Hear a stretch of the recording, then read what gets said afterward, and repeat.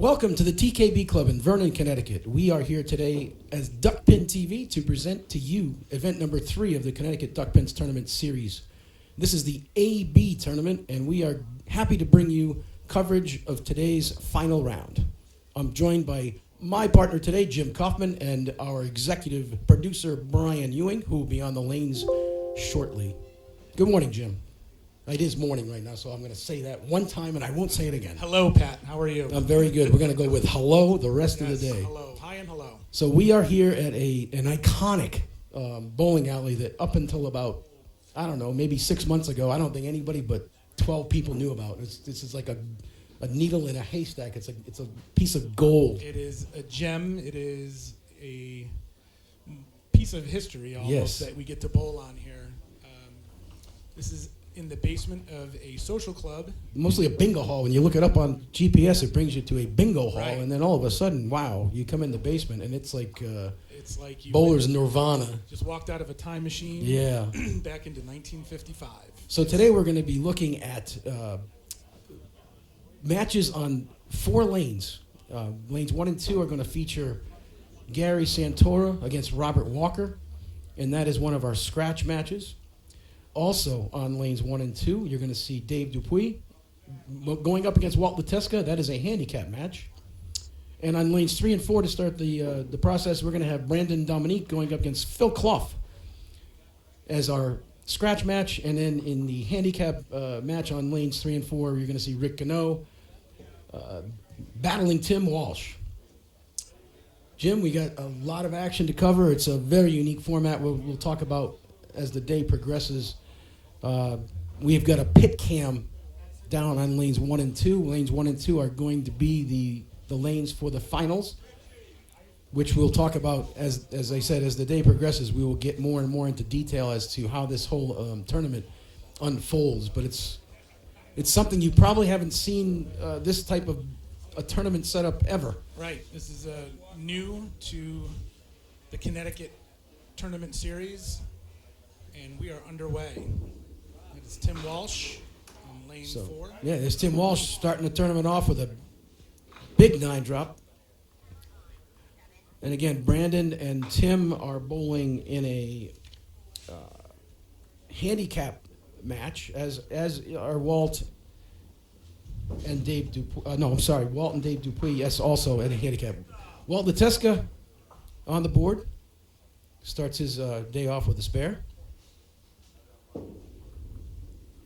And Tim on his single converts, makes the 4-pin.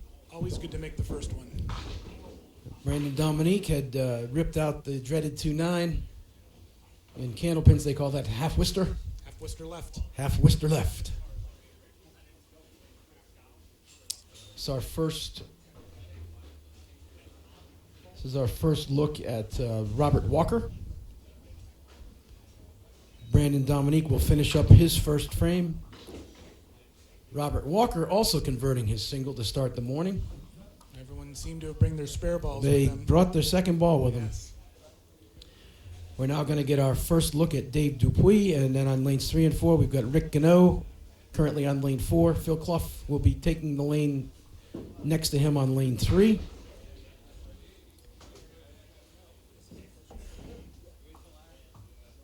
Rick Genneau is a previous winner of the Eastern Classic, which we have covered for many years at Lucky Strike Lanes. And Phil Clough has been bowling for 633 years. Give or take. How old is Phil? I want to say he's 78. Yeah, that's the number that was in my mind, too. So. Rick Genneau converts a very, very difficult spare. Phil trying to tie 2 together. He goes around the outside. He'll try to clean that up for 10. With a lot of these bowlers, especially the matches that we're watching now, we have 3 bowlers that are also candlepin bowlers. Yes, Gary Santora, Dave Dupuis, and Phil Clough all, I believe, came over from the candlepin side. We're gonna send it right now to Brian Ewing, who's got some details and some numbers for us. Hey, thanks guys. Good to be with you at this tournament here. Really excited for this new format. I was crunching some numbers this morning, And you were talking. Phil's got a lot of experience. We got a lot of candle pinners here, and Dave Dupuis and Gary Santora, who have a lot of tournament experience in head-to-head matches. But in the past 2 years, we have a dearth of experience in head-to-head matches like this when the pressure's on. Only 4 of our bowlers today logged any head-to-head matches on the Pro Tour in the past year. They just happen to be our top 4 seeds in the scratch division. Jesse Deach won 13, lost 5, and tied 1 on the tour this year. Jimmy Mulvihill, our number 2 seed, won 10, lost 6, and tied 1. I myself won 6, lost 5, and Mike Caplette, the number 1 seed today, won none and lost 5. So that's the Pro Tour experience we have so far on display today, in the past year at least. So this is going to be, a bit of a different feel for a lot of these bowlers today. Instead of the typical format where you bowl 5 or 6 games and high score wins, this is more similar to the tournament series final that we have just once per year. But there's an added wrinkle with this tournament. It's called the AB singles tournament because there are 2 divisions. As Pat and Brian have alluded to, there is a scratch division and a handicap division. And there was 5 games of qualifying. And depending on what your score was, if you had one of the top 8 scratch scores without handicap, then you qualified in the A division, the scratch division. And once the top 8 scratch scores were determined, they took the next 8 highest scores, including handicap, so including extra pins for lower average bowlers. The next 8 highest 5-game totals with handicap qualified for the B division or the handicap division. So what's going to be happening today is the 8 bowlers in the A division are bowling each other scratch. And the 8 bowlers in the B division are bowling each other with handicap. So, for instance, in this particular first round we're watching, Walt Leteska, even though you're going to be seeing his score, or we're going to be reporting his score, he is actually getting 15 extra pins handicap. So Dave Dupuis, in order to advance, needs to beat Walt by 16. On the other side, on lanes 3 and 4, we have the same situation with Tim Walsh as Brandon Dominique just unloads on lane 3. And Rick Genneau, and Rick would have to beat Tim by 11 to advance. So it does add a wrinkle to the scorekeeping. When we do get to the finals, however, it is mano-a-mano. There is no handicap. The scratch winner will go up against the handicap division winner in a scratch finals. Correct.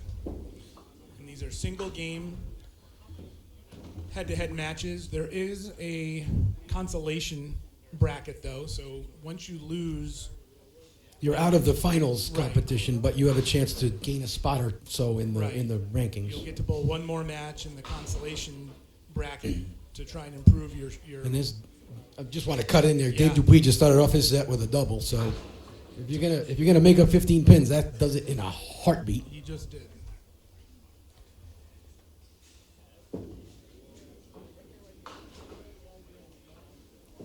My man Phil Clough, he probably logs. I don't know.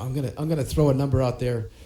I bet you it's pushing triple digits a week. I bet you he bowls upwards of 60 or 70 games a week. A week. A week. Really? I don't know a day where he doesn't bowl 8 to 10 games. He just bowls every day somewhere, either candle pins or duck pins. I know. That's amazing. I'm on the road quite a bit, and he's at Lucky Strike Lanes in Mansfield Center, Connecticut, which is approximately an hour and a half from his residence, and he's there at 8 o'clock on Thursday morning. So the man is dedicated to the sport. There's Walt Leteska on lane 1. If you pay attention on lanes 1 and 2, Jim, you bowl here during the league. You really do not want to hit the button. You want to give those pins every opportunity to take out extra pins because they do tend to keep falling. Absolutely. It is a good scoring house, good scoring center. And word on the street is lanes 1 and 2 are the fastest of the 6, or fastest of the 3 pairs. I've only bowled here a couple times. I enjoyed the experience. The lanes were fair. Consistent is the word that seems to be. I mean, everybody here talks about 5 and 6, like you just talked about 1 and 2. 5 and 6. The word on the street here at the house is they're the toughest lanes, but I think they It's all all- fall. They all fall. yeah, pretty well. Just I think they maybe do. 1 and 2 a little bit better than the others. They've done a great job here of oh, maintaining the lanes, Yeah. the machines. you're literally looking at history. I mean, these lanes have been around. The word is since the 1930s. Uh-oh.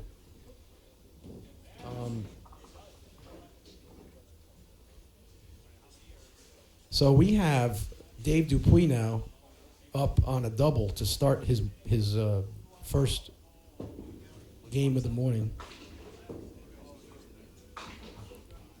So here you see it. There's another extra pin for Dave. So that's a nice start, double 8. Gary Santora trying to work his way into the mark column. He's bowling against Robert Walker. That is a scratch match, so we don't have to do any extra adding or subtracting there. They're bowling head to head. Gary doesn't convert this. He's down 2 marks in the first 3 boxes. Dave missed that 2-pinner for a spare, but makes it for a 10. So Dave converts to 10, but he's up 24 pins scratch. So he's in the lead by 9. he already has taken. That's a huge thing to do that. I mean, to make up the 15 pins right away. So now Dave's essentially bowling head to head. Right, and if I'm Walt, I'm saying, okay. Yep, now I got to bowl. Now I'm bowling scratch. Not only am I bowling scratch, but I have to beat him by 10 pins. Correct. Over these last 7 frames. Right. So, over on lanes 3 and 4, we've got Brandon Dominique and Phil Clough, and right now, unfortunately, there's one of those wonderful posts right in front of the score of Brandon and Phil. So as soon as they get into the 5th box and beyond, I'll be able to see what's going on with them. Brian, you can go over. Thanks, Brian. Yeah, Phil's got 51 in the 4th, and Brandon has 40 in the 4th. All right, and that is a scratch match, so that is the score. Looks like Rick Genneau has made up his handicap. He had to spot Tim Walsh 10 pins, and he has apparently made those up in the first 4 boxes. So that both bowlers that were giving pins have done their job early. Erased the handicap disadvantage very quickly.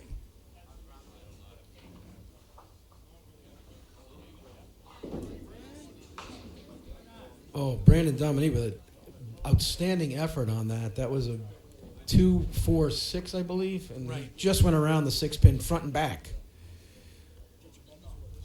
As soon as we get a little further into this broadcast, I'm sure my pal Jim over here is going to give us a sneak peek at that pit cam down there on lanes 1 and 2. That's going to, maybe we'll see one of those. No, we're not. We're not going to go down there. We're going to save that for the finals. Yeah, well, we'll see. We'll see if we can get to the pit cam. And then there's Dave Dupuis right back at it with another bomb. So he's got 3 strikes in the first 4 boxes. On his way to a nice game. Gary Santora trying to convert. He left the half Worcester left. Hey guys, I think Gary and Dave are something to watch here. They won event number 2. That was the doubles. Doubles. The doubles? Yep. No, sorry, it was event number 1 that they won. The doubles up in Laurel Lanes in Winstead. But Gary also, he was second scratch in both events, number 1 and number 2. Wow. Right? And he qualified 5th here. Yeah. Right. So if we just look at his scratch score, second, and 5th. Yeah. So his form this season is terrific. He's off to a rough start this morning or today with 4 10 boxes. 4 10 boxes. Yeah. There's Walt going off the side, picking off the 6-pin. There's Rob Walker. He's a house bowler, I believe. He's a member, I believe, of the TKB club. Yep. Didn't get a member's break there, that's for sure. No, but he did get an 8 fill on his spares. So he has a 24-pin lead. Yeah, he's got a substantial lead on Gary Santora. Brandon Dominique over on lane 4 just left the 5-7. Our bowlers had a little bit of energy to start, but the couple of them now balls are starting to head off to the side, off the head pin. Dave Dupuis seems to be the one bowler right now of the morning of the first game of the tournament here that seems to be locked in on the head pin. Yeah, guys, Dave, just going back to my statistics here. Dave won the 2019 Voight Handicap. That was the last tournament, I believe, that the Connecticut Duckpins ran before the tournament series was canceled. Suspended. But we're back. Yeah. And like we said, he won event number 1 with Gary. Was that at Johnson's Lanes? Did Dave win at Johnson's? I remember him bowling well there, but I'm not sure if he won it.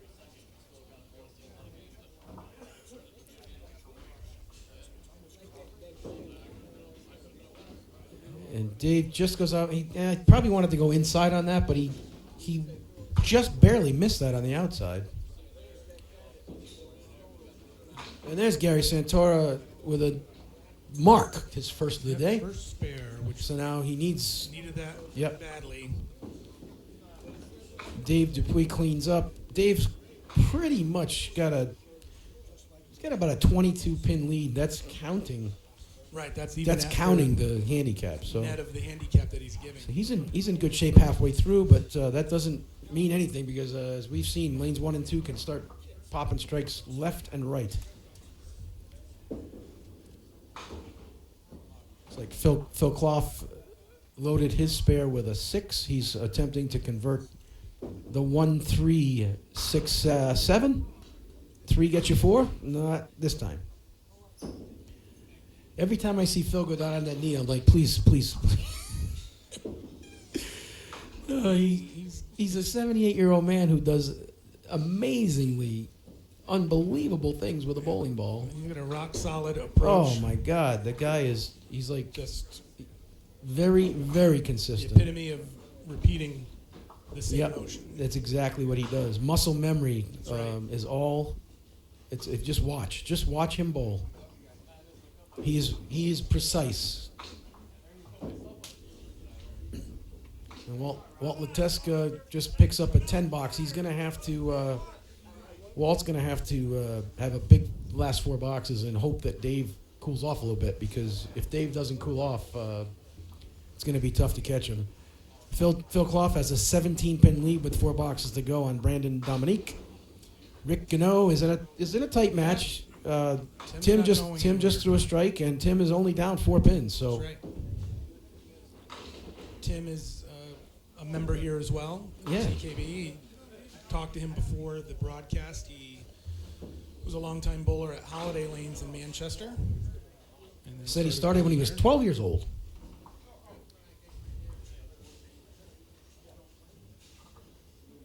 I'll tell you, Jim, I've only been to this club twice now, and what a bunch of great guys. Yes. Oh, my goodness. It's been a great Great initial experience. Yeah, I've been looking forward to coming here since Monday. I've been excited to be here and to do this, and back on doing this again is it's fun. Yes. Good times. A little backstory on the TKB club. We're here in Vernon, Connecticut. Been here for many, many years. They just celebrated their 100th anniversary, and Rick Genneau is celebrating a backdoor strike on lane 4. That was ugly. Phil, that's not backdoor. Phil goes right through the front door with a battering ram. That was 8 in the air on that ball. So Walt Leteska just dropped 9. Here's Rob Walker throwing a bomb. Wow. Strike. He's in control of this match. Got a 20-pin lead with a strike up in the 7th. That's looking pretty good. Gary's going to have to start stringing them. Brandon Dominique comes back with a strike of his own. He can throw them. He's never out of a match. He's got some work to do this one. Down 18 and a hit. Hey, guys, Robert Walker might be the longest shot we have here in the scratch division. He comes in with a 123 average. Wow. While all the other bowlers are at least in the 130s. Well, he's got some work to punching do. a little above his weight Yeah, here. he's doing it, though. Yeah. Dave Dupuis with just a bomb, but This is a duck pin game, not a 10-pin game, so this 10-pin is waiting for him. Gary goes through the middle. Starting to look a little grim for Gary at this point. Tim Walsh with a nice conversion, right? Punches it out. Nice. Clean. So that's going to put a little pressure on Rick Genneau. Now, Rick Genneau just threw a backdoor strike. And, Jim, you know what happens to backdoor strikes. They become doubles. They turn into doubles in a heartbeat. You know it. Phil Clough looking to double. Got a little heavy on that one. And as you can see, especially with Phil's ball there, you never give up on the pins. Oh, no. It looked like he was just going to have 6. Yeah, he got an 8 load out of And it. he ended up with 8. Rick Genneau looking to double up, and he rips the middle. He Pro punched tip out. number 1, anyone coming to bowl here for the first time, do not hit the deadwood button Yeah. quickly. Phil just... Tell you what, Rob Walker is just putting the pedal to the metal right now. He's up 29 pins now with that fill. Yeah, he's... well, actually, he's still filling the he's strike. still filling his strike, and he has a chance to put another mark up. Oh, Nope, he's off the side on that one, but that gives him a 29-pin lead with basically 3 boxes to go. Gary's going to throw doubles. right. And Gary does not have a mark to work off of going into the 8th frame, so he has to make up essentially 3 marks in these last 3 frames. In our other match, our other scratch match, Brandon Dominique is looking right now at a 24-pin deficit. He does have a strike up against an open box from Phil. So if he turns that into a double or marks out, he does have a Wow, chance. That was a big ball Tim from is Tim. just coming back right now. He was at 56 in the 6th, and he's gone strike, spare, strike. Interesting story about Tim. He was in, then he was out, then he was in, then he was out. His average was adjusted because some of these guys haven't bowled, so their averages actually are updated on a weekly basis. And apparently the tournament entry average was from a couple weeks back, so his average actually changed. But he ended up in. Right. That's That's all that matters to him. All that And matters boy, is is he what's taking happening advantage of it right now. Yeah. Yeah, he's in. And He's got a 10-pin lead. I mean, he's tied on the scoreboard, but he's getting a 10-pin handicap. So right. Brandon Dominique just left the door wide open. Phil, basically one mark from Phil, and that match is pretty much over.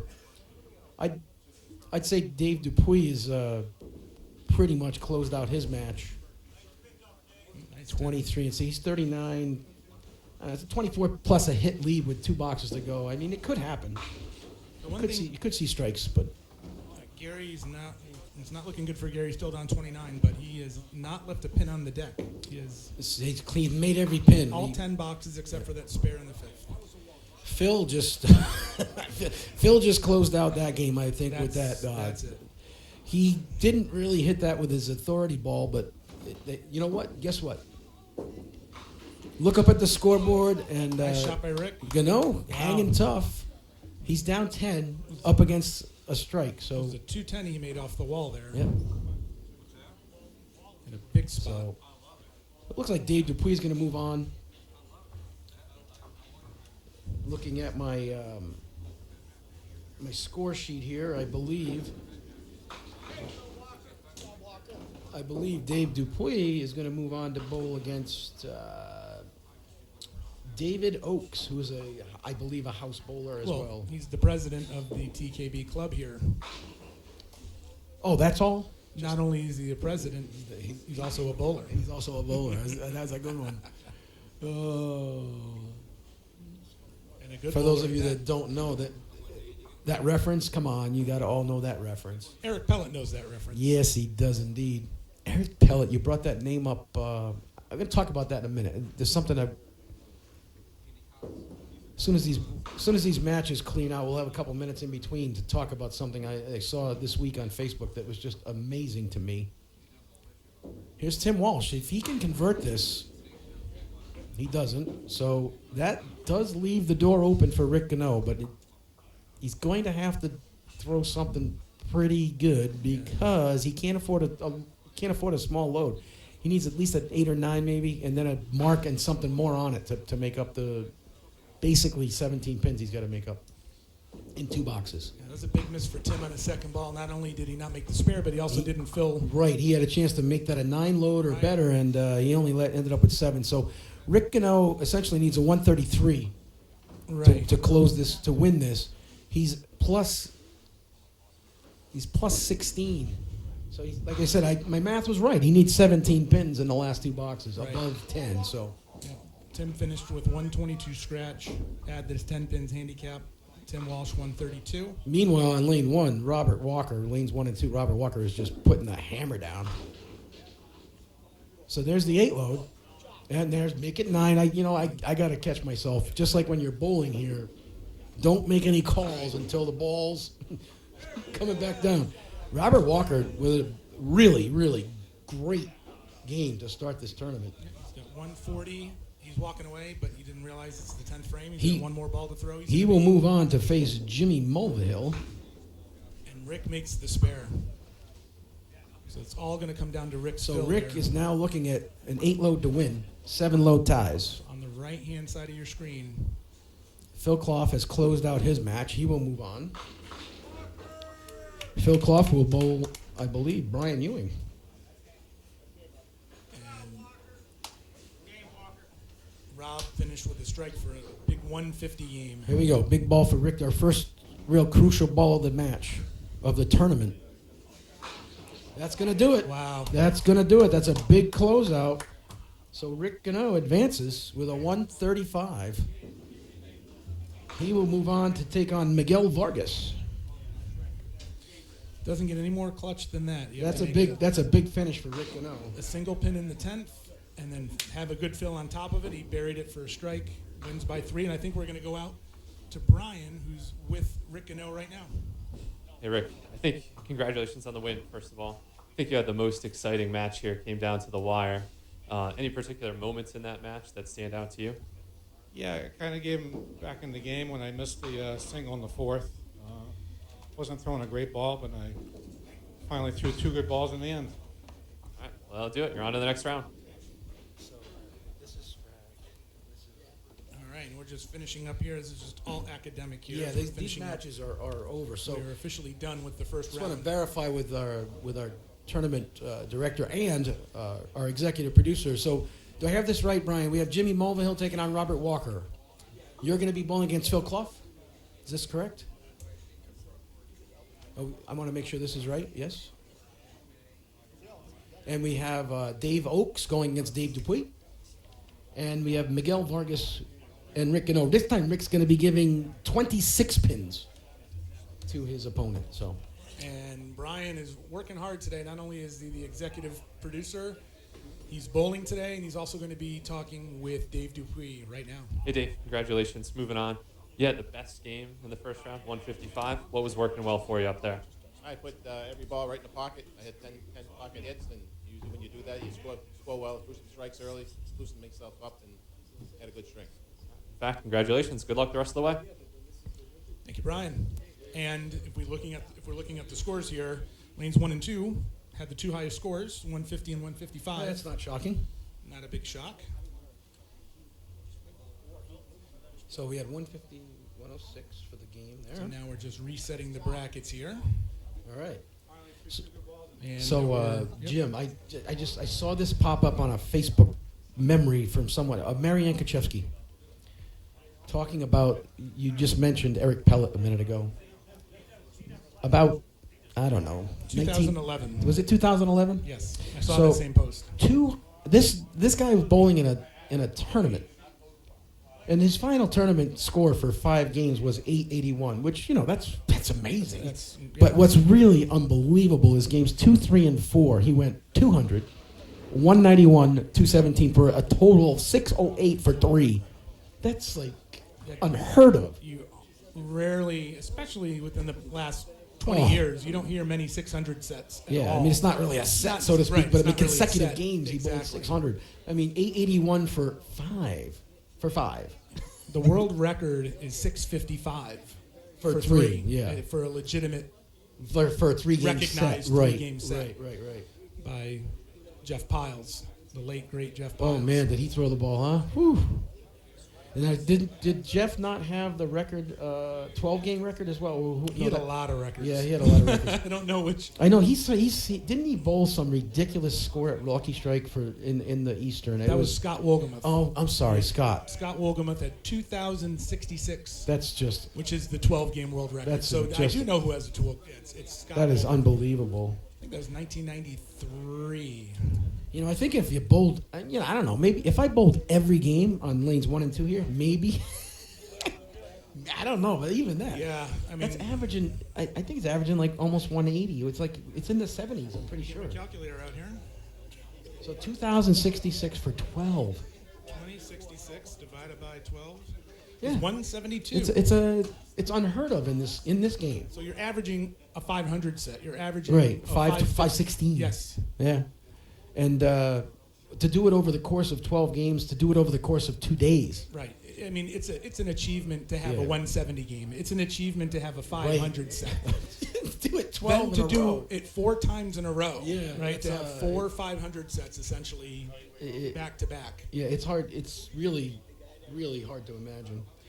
So in this next round, we're going to have You're going to see some new faces. we're going to have a couple new faces. We're going to have 4 new faces. Jimmy Mulvihill will be taking on Robert Walker on lanes 3 and 4.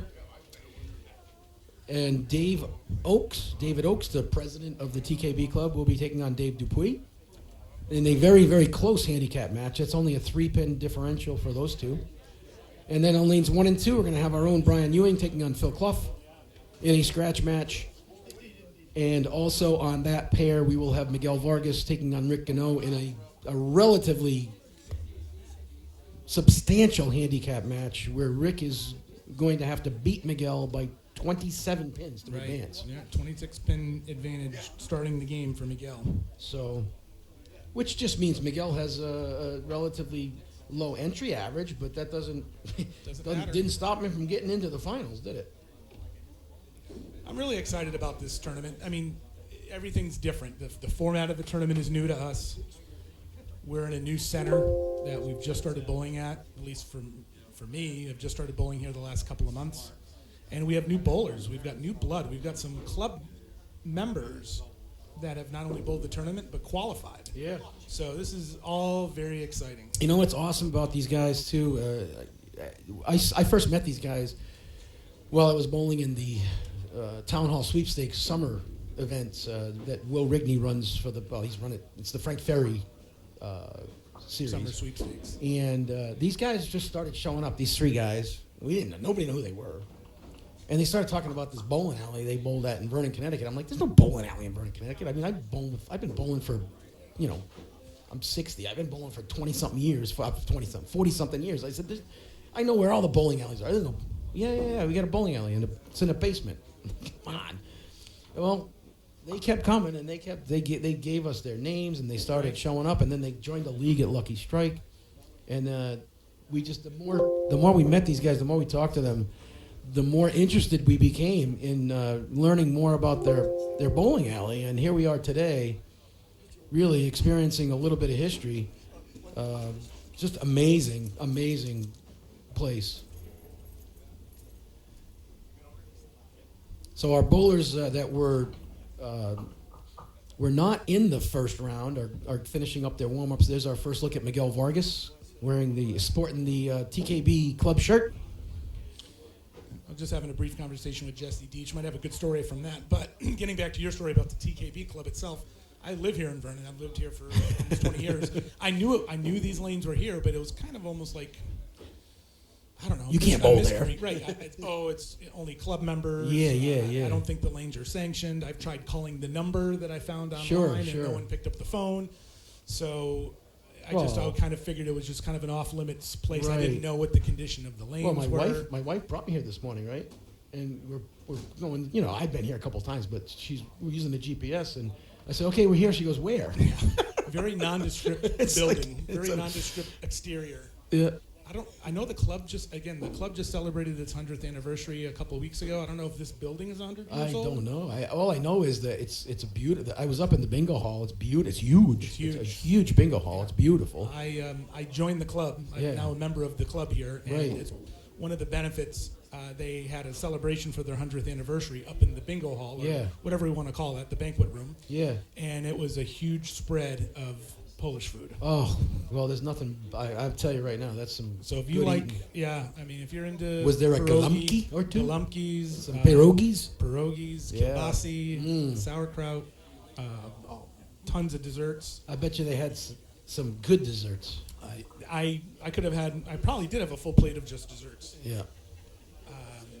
No, I like I said, I only walked into this establishment for the first time last Sunday, and within the first 3 hours of being here during the tournament, I felt like I had known these people for 20 years. Yeah, everyone's been Unbelievable, very friendly unbelievable. and welcoming and accommodating. Yeah, just a great group of guys and girls. There's some a few women here. Mm-hmm. They're allowed, right? And now, It's not one of those clubs. Right, all are welcome here. Just a matter of you haven't had any felonies on your record. Well, I mean, everybody makes mistakes. Right. We want No, friendly. It's a friendly no, group. and It's you a can friendly see group it. here at the TKB. You can and see it. The all whole are place. welcome. Yeah, bingo's Sunday at 1:00. They just sanctioned the lanes, which is why we're able to have leagues and tournaments here. Right. And the machines Yeah, have these been lanes are, running well. Yeah, knocking on they wood here. have. And the funny thing is, when the lanes need repair, you can't go down behind them. So Right. They have to go down. They have to climb up. They have to climb up on top. Right, the machines and go all the fix way back to the wall. Right to the wall. So, just listening to Rick Genneau lamenting the amount of pins he has to give this game. He's already got in his head. See, that's something. I mean, 26 pins is daunting. Yeah. You're giving somebody a three box lead. Not only is it a numerical advantage, it can also be a psychological Sure, advantage sure. for the bowler who's getting Right. the extra pins. But as we saw in our first round matches, It's not always doesn't always work out to your yeah, advantage. those who were giving pins, so to speak, made up the difference very quickly. Right. Dave Dupuis never looked back. Rick and Tim Walsh were That was back a and forth very good match. right up until the last ball. And with the handicap, it ended up being a 3-pin differential. So the most competitive match by far. But we've got 4 more to go right here in front of us, and there's plenty after that. We haven't even gotten to our top seeds yet. Our top scratch seeds are Mike Caplet and Jesse Deach. And on the handicap side, Jim, who do we got on top there? You've got the papers there. I'm not sure who's the... Oh, I got it on this paper, yeah. And Silly- so silly another me. unique wrinkle to this format, 4 bowlers received a single bye, right? Those who qualified 3rd and 4th, Yes. right, received a single bye. Right, and then the top 2 seeds in each bracket received a a double bye. bye, Yeah. right, where they automatically make it Correct. to the quarterfinals. They're in the quarterfinals, Right. essentially. And just to finish my thought, the final 2 seeds, the number 1 seed in the handicap division was Walter Rubaka, who I believe is a club member, and then Drew Jensinki, who is a Jensinki very from- tall, lanky, Yes. is a good description of how Drew bowls. I saw him Throws a walk good in ball. this morning, and he barely cleared Yeah. the doorway, or the doorway barely cleared him. One or the other. One of the unique features of bowling in a basement is that the ceilings are a little bit low, Little especially low. with the telescores. A little low. And so I'm going to be interested. I haven't Yeah. seen Drew bowl here yet. It'll be interesting to It's- see how he manages. He's going to have to. I mean, he's tall enough where it might come into play a little bit. Well, it didn't come into play qualifying. Apparently not. Or if it did, it didn't affect him negatively. Right. That's for sure. All right, we're hitting buttons. We are moving on to the second round of what is looking to be a very exciting finals. Rick Genneau will start things off on lane 2. Again, Rick is starting off the match 26 pins down. So he cannot afford too many balls off the side. He can't afford too many misses because he's got work to do right out the gate. Here's Brian Ewing, who I had the pleasure of bowling with on Monday. You were there as well, Jim, and he just went ballistic on lanes 1 and 2. It was a tale of two Brians. Whew. Oh, Brian, the fact that Brian is in front of you right now, I'll tell you, he started off this tournament with a 102 and a 103. Now, a lot of guys would just pack the balls and bags and shoes Right. and get out, but not Brian. Brian's, what, a 140 average? Yeah. So when you have 2 games that far under your average, He was basically out of it. I mean, Right. he was out of it, and you figure you're definitely out of it in the scratch on the scratch side. In Right. the handicap, right? You're minus 60 something. 70 not when you pin. finish 550 though. Right. Well, 536. Yeah, he went 537. crazy in the last 3. Unbelievable. So there's Miguel Vargas' first ball of his match, and he starts off by dropping 9. Dave Dupuis just snuck by the 7 pin on the outside. Phil Clough, I gotta say Clough. It's Like rough. Clough, Like rough. like me, like rough. That's my name. All throughout high school, and that was my name. I never had a name. It was rough. So Dave cleans up the 10.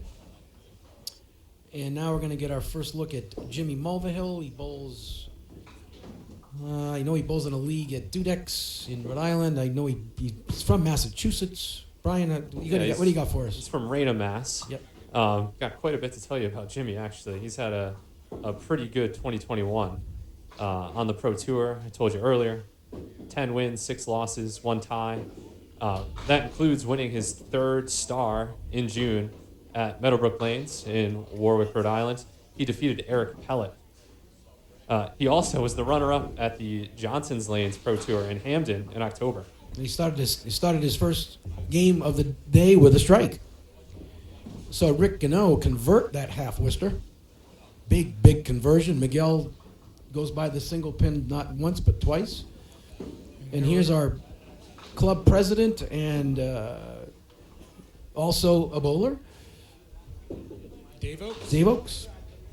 Here's Brian Ewing on lane 1. He's going to be trying to put a nice load on that initial spare. Kind of goes off the side. Got away with that one, but it's the old 5, 9, 10. I'm not going to say it too many times, but that shot goes here more so than other places. Yes. And you know that certain houses are kind of known for leaving certain splits or certain leaves.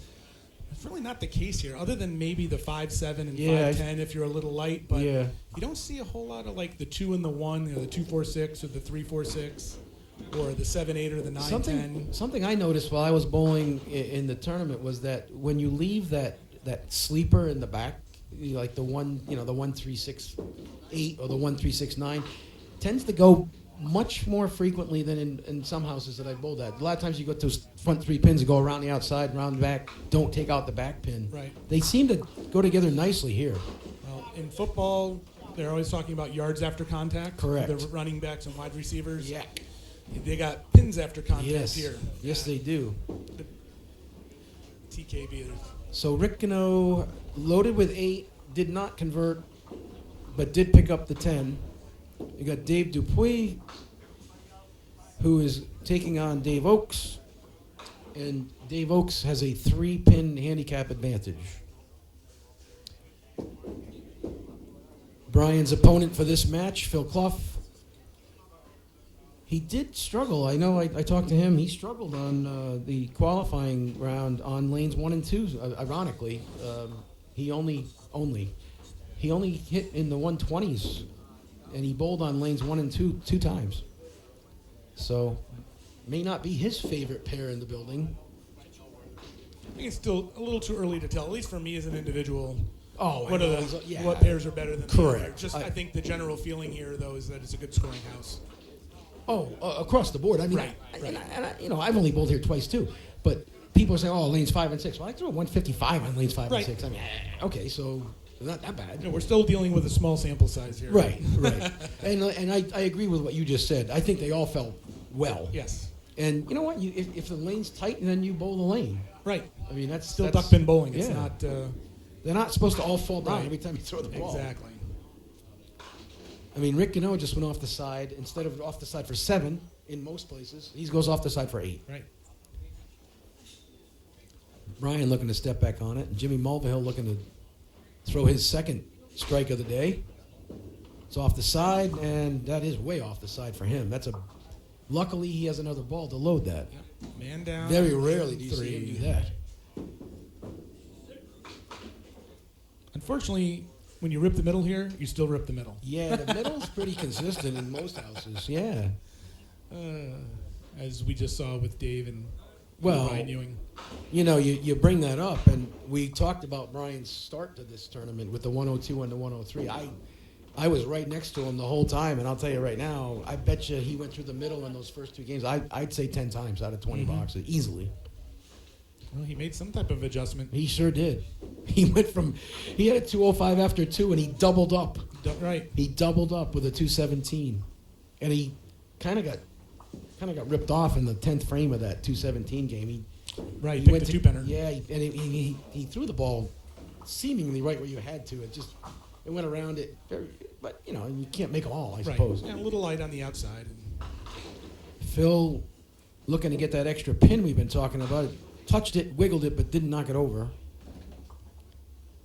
Dave Dupuy's game is in that blind spot that I have, so we'll rely on Brian maybe to give me a little bit of a... Well, Dave's got 20 through 2 through the strike in the third. Dave Oak's 18 through 2. Up in the So, third, okay. Yep. And that is a 3-pin differential, so right now that's pretty much a scratch match. Hey, Brian, we were just talking about your turnaround from the 205 for the first 2, and then you had 530 something the last 3.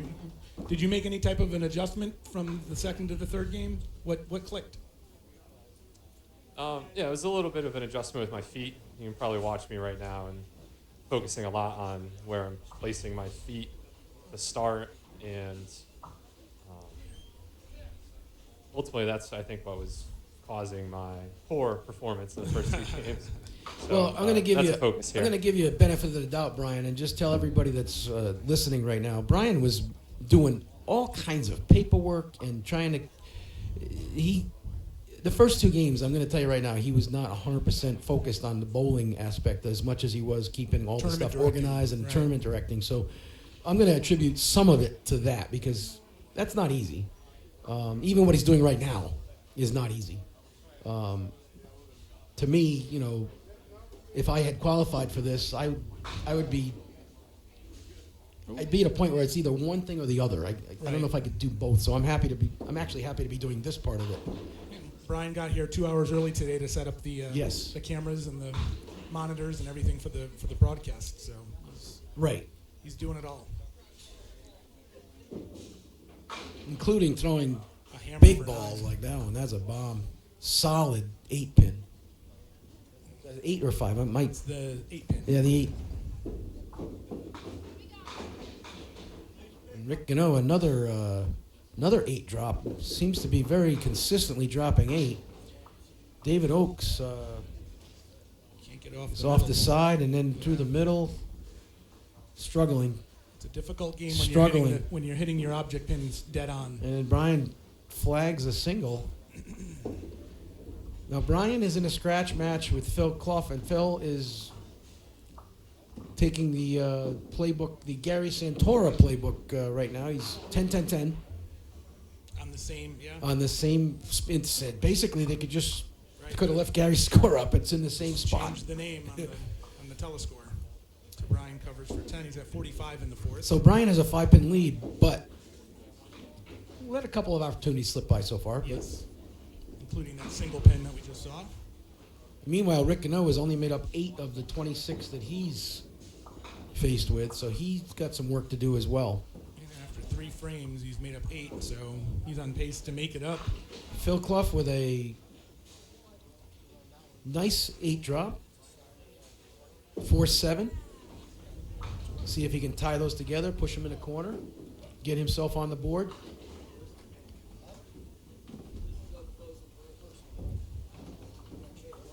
Dave Dupuy is loading a strike. I believe he solid 9 drop on the first ball. Now he's got the 7 pin in the corner. Try to make this. I believe he flagged it already once.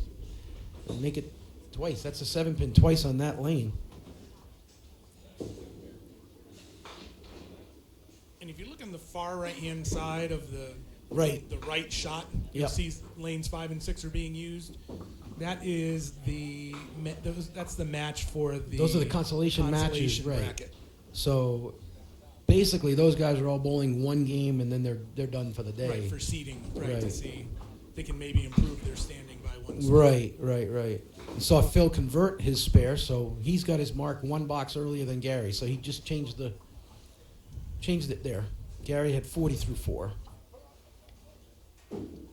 Rick Genneau is he's not there yet, but he's getting to a point where he better start throwing some marks, because even though Miguel's not marking, Miguel doesn't have to. You Well, know? you want to. You want to, but Miguel throws 100. Rick's Right. got to go 130 almost. Yeah. So, and Rick's off the side hitting a 4 pin. We just saw Jimmy go off the side for the 6. So, as Brian was alluding to, this is not your typical tournament where you come in, you throw 5 games. Like, like for instance, Brian's qualifying round, 102, 103, he's done. I mean, when you're bowling anybody head to head, chances are you're gone. Right. You don't have that opportunity to make it up. Well, a lot of it is just, not, I wouldn't say luck, but having nice. Look at this. Rick stomps. There it is.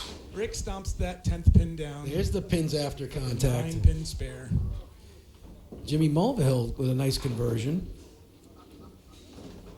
But yeah, getting back to my point, it's, Yes. having the right game, throw the right game at the right time. A good game when someone else just had a slightly, Right.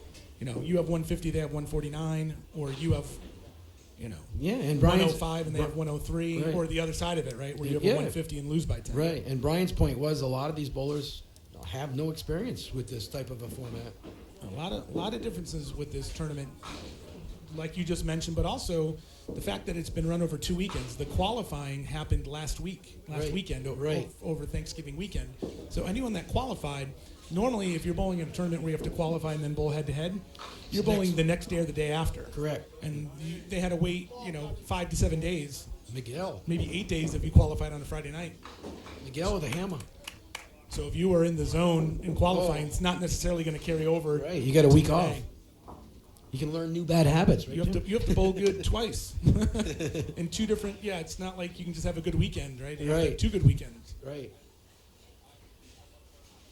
But on the flip side of that, this is a 6-lane house, so you do get accustomed to the lanes relatively quickly. True. We were Phil. joking the other night when you had to make the turn from lane 6 all All the way down to all one the and way to two. the other end of the house. The walk of shame if you're not bowling well. Well, some houses it's a longer walk than others. Jimmy Mulvihill on his load, he puts 10 on it. So he has now taken a 19-pin advantage over Robert Walker. Robert Walker got some work to do, as does Dave Oakes. Dave's looking for his first mark of the match. He was 34 in the 4th. He's down 11, and Dave has a hit up in the 5th. So that is Dave's first mark Right, of the and I'm assuming tournament. that's probably not his favorite single pin, being a The lefty. other night we bowled, and he said it more than once. that is not his favorite pin at That's all. difficult when you've already opened the first 4 frames and then you have to go make your least favorite single, but he Yeah, made it. He and did. He tapped it into the gutter. The pin, not the ball. so Brian, that's still a close Brian's on match. top of that spare. Brian with 65. So remember, this is a scratch match here with Brian and Phil. So it's still scratch. I mean, Phil has a 2-pin advantage, and Brian has a mark up in the 6th. Miguel put a big strike on the board in the 5th. Rick Genneau, another 8. Make that a 9. As of right now, Yeah, 16. he's up, 10 and a hit. 15? Well, 15 scratch, correct. but he's down 10. Correct. And Miguel is about to fill his strike. And tell you right now, I need to get my hands on a TKB T-shirt. Those are I'm a member sweet, now, man. so I need to find out where I Yeah, can get those. it looks like the Cobra Kai Club. over Yes. there, yeah. Sweep the lanes. Sweep the lanes. But Miguel rips the middle on his strike, so this next ball is going to be important to This is where get some more fill here. And See, then, now- right, here's the difference between the correct. experience and maybe not as This is where you want you really want to make this a 7 or an 8 load. That's the really objective, and not do that. A lot of bowlers will attempt to make the shot at the risk of doing exactly what just happened. And on lane 4, Dave Oakes. So now Dave puts the two together Yes, with the strike to fill his spare. and puts himself in a position where he is only down 5 and he has a hit. See, Nice now try by there's a Miguel. Yeah. good try. So Just unlucky to get only 3 more. So Rick is down with the handicap. Rick Genneau is down 12 with 4 boxes to go, which is a very similar position he was in the previous Essentially match. 2 marks he has to make up in 4 Right. frames. Right. And he has not thrown one of those iconic Genneau bombs. He's been doing a lot of the ball off the side. Yeah, missed the head pin again there. Yeah. Lucky to get 5 instead of 2. Jimmy, he did not. Yeah, it looked like he was going to I punch through thought that he 2-pinner. punched it, but he did not. He thought he did. So he's got a great game going. He has 4 marks in a row there. He's got 95 plus in the 6th. Yeah, he's got a substantial lead. That is a scratch match. Yes. So he's up 24 and a hit with 4 to go. That's Right. and I tell you right now, I bowl with Jimmy frequently, and he's not taking his foot off the gas. Here's Rob Walker, who he's bowling against this match. Rob, Yeah. 71 in the 6th. Yeah. Well, Rod ran into a buzzsaw. Right. And sometimes there's a letdown after you have a big game. He had that Right. 150 his first game Right. in the first round. So let's see if he can convert this, though, to get himself back in the match. He'll still be down 24 if he covers this. Brian with a 9-drop spare. So Brian in his And in his Rob scratch match, Rob converts that gets shot. the dramatic cover where the 6 was the last to fall there. Oh, wow. Well, Rick cleans it up for 10, but again, down 12 now with 3 boxes to go, and Miguel hasn't thrown his ball yet in the 7th frame. Dave Dupuis is now starting to look a little more vulnerable. If Dave Oakes can throw something on top of this strike, he's going to take the advantage lead. and take the lead. Miguel goes off the side for, I don't know, 7, 8, 9. Good It's Lord. after contact. And I think Miguel, he plays on a softball team that's sponsored There's a by lot the of club. guys, yeah. Last Sunday in my qualifying round, I was bowling, and I think half the people at the shift were softball players. They were looking for something to do because they don't play softball all In the winter. winter. So they decided to do this. Yeah, And it's they a great. love it. They love it. I know. I can't think of the proprietor's name at Woodlawn, down in West Haven, Connecticut. He's got a lot of bowlers that are softball players. Yeah. Right? They play Yeah. softball, and then in the winter they bowl. Right. It's a Well, great- Rick Genneau was a softball player Yeah. for a long time. I played baseball most Nice of try. my, and I played well into my 40s. So I took up bowling and baseball early on. I bowled right out of grammar school. Went to a Catholic school, and the Catholic school actually had a bowling league. Believe it or not. Was it in the basement? No. No, there was other things in the basement. The nun in the milk room was in the basement, and if you didn't know your math facts, that's where you ended up. And they were good with that ruler. They were like ninjas.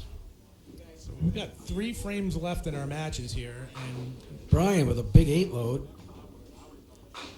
So Brian now is taking a commanding 16-pin lead on Phil.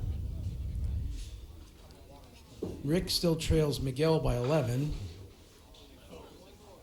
Rob unlucky Walker's there. he's got a break. yeah, he left the 9-10 on his spare. And Jimmy had answered Rob's spare with a strike. That match is in. So that's, Brian converts, so it doesn't look like our executive director is too anxious to get back here and run the board. right. That's okay. We'll let him bowl. Nah, I want him to. I Nice want him try to by do Rob. well. But yeah, basically Rob's at a point now where he needs to make everything. And so is Rick, pretty much. I mean, Yes. he's down to now. He's basically only has 2 boxes to make up 11 pins. So, and that's without Miguel marking. Right. Miguel throws one more mark and basically puts Rick on a double. Well, and even if Miguel doesn't mark, it's important for him though to fill Count. those frames. Now he right? needs count, yeah. 9s and 10s Right. to keep Rick on a 2 mark. I wouldn't say this is a must ball, but if Phil doesn't throw a strike here, it's going to get really tough for him to make it up. He's got a spare leave here.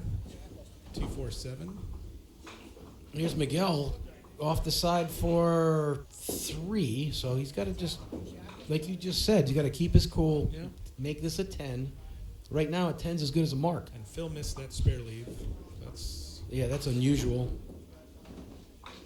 And Miguel now is in danger of giving Rick Genneau a mark back. right. There's a big ball here from Miguel.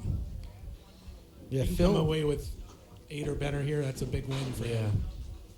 Jimmy looking to just put the coffin right there, the nail and the coffin all at once. Oh man, and Miguel came up Yeah. empty on his 3rd ball. So He gave Rick Mark. a mark. yeah, without And Jimmy just write his name down for the next round. right. Yeah, Jimmy with that double. He's It's looking for a 200 game right It's now. insurmountable. Yeah. It's a 50-pin lead. He can strike out for 225. Yeah, I mean, and he could, the way he throws the ball. And Rob is 98 in the 8th.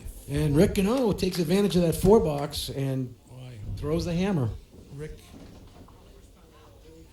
is really leaning on his experience here. The first game, he Clutch. came up with the spare and strike in the 10th to win by 3. Brian puts the hammer down. That's going to... Another name we might be able to write Right, in you can soon. write him into the next bracket. 122 plus in the 9th for Brian. As long as he fills it.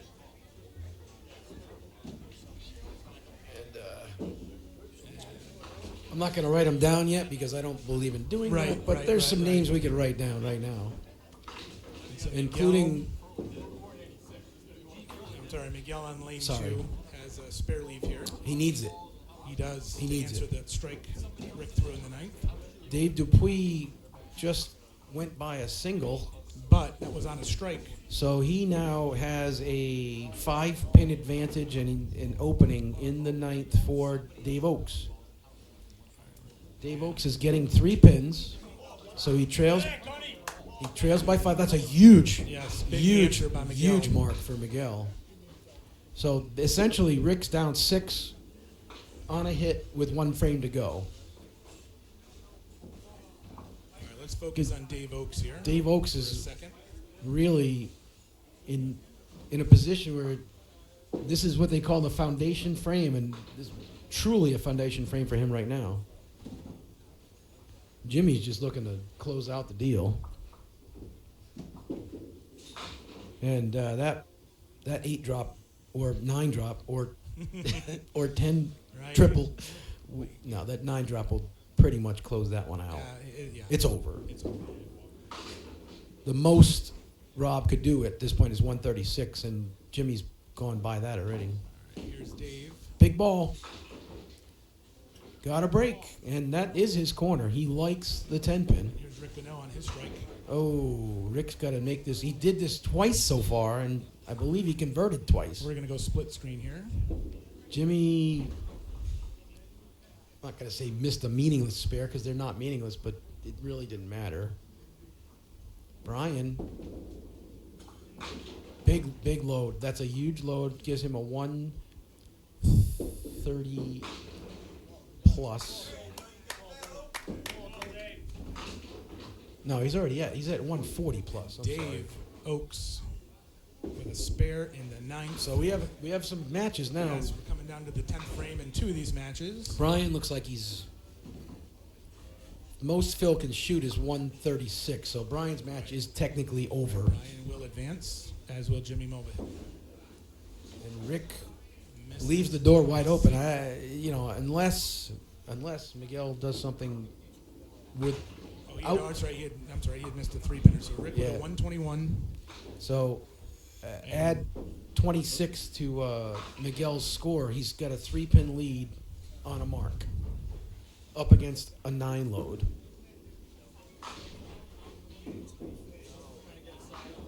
And a 3 load. Whoa. 86. He's getting. 26. So he's at 114. He's right? dead even. He needs a 112. 9 to tie, Right. 10 to win. Yes. Wow. Let's see what happens here. He's got to make all these pins. Right. He's going to make the 4 He's got to horsemen. make at least 3 to have a roll off. 3 to tie, 4 to win.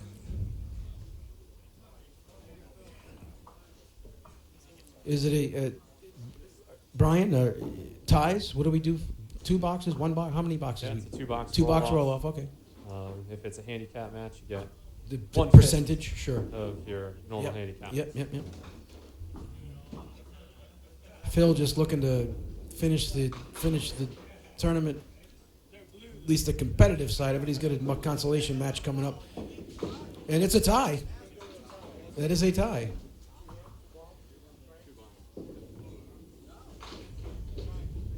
That's not a 105. That's a 95. All right, so it's exactly 26 pins, and that is a tie. So we have our first roll off of the tournament All right. And now, finals. Dave Oakes. Dave, oh, that leaves a mark. He has to convert this. No. He's Oh, getting I'm 3 sorry. pins, I'm right? sorry. He's getting 10 3 pins. So he that needs a 10 box. we could have, we could actually have 2 roll-offs in the first hour of the tournament finals. All right. It's the first All right. half of the job done. If he makes these 3, we have another tie. No, I think he'd win by a pin. He's getting 2 pins or 3 pins. He's getting 3. Oh, he's getting 3 pins. So he needs all 3 to win. 2 to tie, 3 to win. Just like Miguel. Oh. He's going to lose by 1. That is a 1-pin defeat. Well, we're getting our share of drama here today. Ooh, that was so the winner of game 6. The winner of game 6 is bowling against Jesse Deach, and that would be our own Brian Ewing.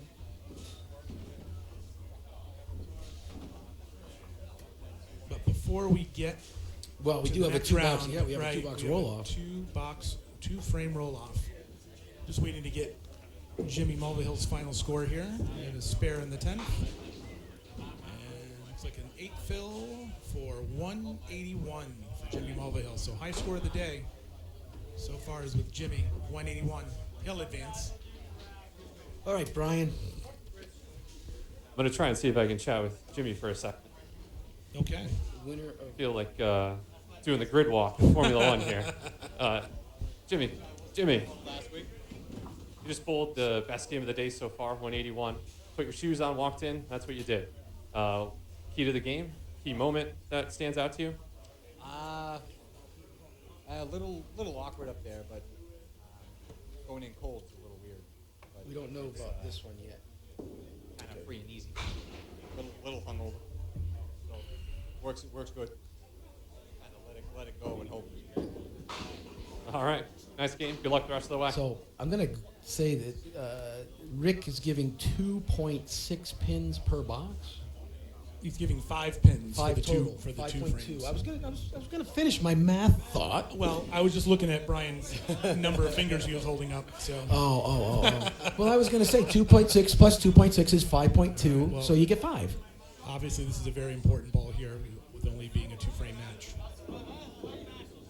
And Rick starts with a mark, so big start for Rick. It's only 2 boxes. They bowl on the same lane. And again, we have our quarterfinal round matchups are going to take place with Mike Caplet Sr. going up against Jimmy Mulvihill on lanes 1 and 2. And also on lane 1 and 2 in the quarterfinals of the handicap division, we have Walt Rubaka going against Dave Dupuy. And Miguel off the side. Miguel, yeah, waiting Miguel, for his ball to yeah. come back. He really needs to focus right now on essentially getting at least 10 here. Make sure this second ball. Good try. Good It's a effort. great Still ball. falling. Wow. It's a great attempt right there. Been getting the support from his fellow club members here. Yep. That's right. Again, big ball here. right? Keep it 5-pin lead minus whatever Rick does on his next ball.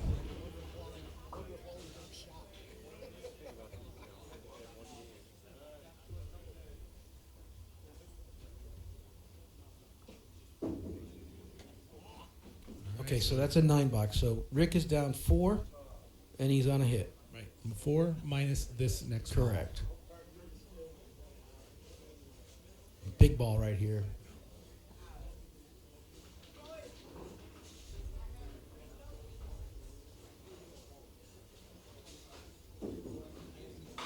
All right, so he takes the lead, but The side, but fortunate got a break. to get 7. So he has a 3-pin lead now. And again, just as we were talking about with Miguel, even if Rick doesn't convert this, critical that he cleans this board. We saw that in the last game where basically we wouldn't be here had it not been for a few pins left on the deck. And that's a huge shot for Rick Genneau. Man, so far today, Rick's been totally clutch. Mr. 10th, 11th, 12th frame. Yeah. Yeah. Can't even call him Mr. 10th frame. Right. Now he's Mr. Bonus frames. So it's a big ball here. Well, he can't close him out, No. but he can put some serious pressure on. He can put him on a double. Put the strike pressure on him. Nope, that's not going to go. But Off again, the side for, boy. Well, puts him on a mark anyways. So you got 33. So Miguel needs He needs 28. 20. No. He needs 28. No. So I mean, he needs a total of 28 to tie again. 29 will win. The score. Oh, right. I'm sorry. He's I right. So should he have needs- clarified what I was saying. He needs a mark. Right. And that's one way to get a mark. That's the easy way. Yeah. Throw a strike, and that's one way to get a mark. So he's now got two here we go. chances. 2 chances. 10 to win. It's 9 to tie, 10 to win, Right. just as we had literally 10 minutes ago. And with the benefit of a strike, obviously 2 balls to get there instead of just 1 if he had made a spare. Right. He's waiting for his ball to come back.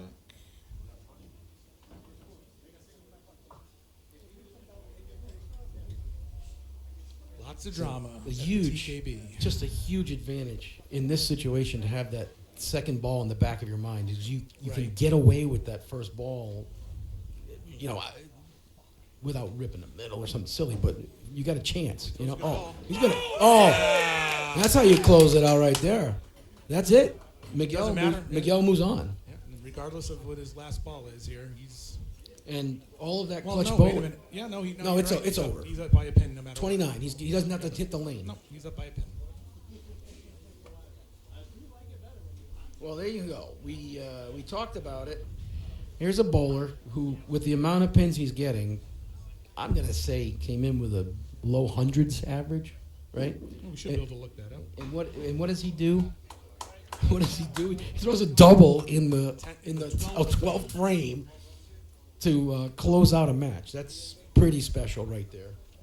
Very tough way to go for Rick, but wow, that was unbelievable. Brian's going to talk with Miguel right now. Hey, we got Mr. Bonus frame right here. Plus 51. 10th frame, 2 stone cold strikes. What was going through your mind when you threw those 2? Well, I tell you, I was nervous after early in the round, hit a strike, and then went 4-4-4. It was crazy. I just tried to focus and put it down the middle, see what happened. Got lucky. Got lucky. Oh, that was a great show. Those 2 great balls. Good luck the rest of the way. All right, so our quarterfinal rounds are now set. As we said, on lanes 1 and 2 in the scratch match, we have Mike Coplett Sr., who was the number 1 seed, taking on Jimmy Mulvihill.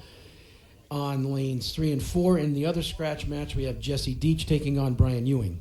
It should be 2 outstanding matches, Jim. In the handicap division, on lanes 1 and 2, we'll have our first look at Walter Rebecca, who's going to be getting a handicap of 9 pins over Dave Dupuis. And in the handicap match on lanes 3 and 4, we're going to see our first look at Drew Zansicki, who's also going to be giving 26 pins to Miguel Vargas. So we got some exciting bowling about to take place, and we are only a couple of rounds from the finals. Here's Drew Zansicki here, making his first appearance. Ducking underneath. Right. Yes. And this is right. He's the guy I want to see clear the telescores. Because here. I know I know I had the urge several times walking back from the lane to reach jump, up. And, hop. ooh. Yeah, no, not much room. Not a good idea. Also, another pro tip. So first, don't hit the deadwood button so quickly. Pro tip number 2, do not try and punch the wall. Yeah, that's not a on the right of forgiving. lane That is six. not a forgiving wall. That is It may look soft. cement. Yeah, it's pure hard cement, especially where the mural is. Yes. The mural is a very enticing. It's almost begging you to slap it or do something, but Put your hand through the canvas. but correct. It's, Yeah, it's not. no, you'll end up. Rockville Hospital is right across. It's the street not here. far. You could So, walk. If you that's don't where break your will end ankle, up. you could walk. I mean, you could kick the wall, and then you'd have to be carted over to the hospital. All right. Wow, this is going to be. We've got an I mean, exciting come first on. 2 rounds. Are you kidding me? I mean, Mike Caplet Sr., who's been bowling lights out on the Connecticut tour, and also has been bowling extremely well in some Rhode Island stops. Jimmy Mulvihill has been, as Brian just alluded to, he's been hotter than a pistol. Jesse wins just about Every tournament every he bowls tournament in. he bowls in. Right. And then, of course, Brian has got a 143 book average. And, you know, we got some bowling to be seen here. And then on the handicap side, man, we've had some great competition on the handicap side of this.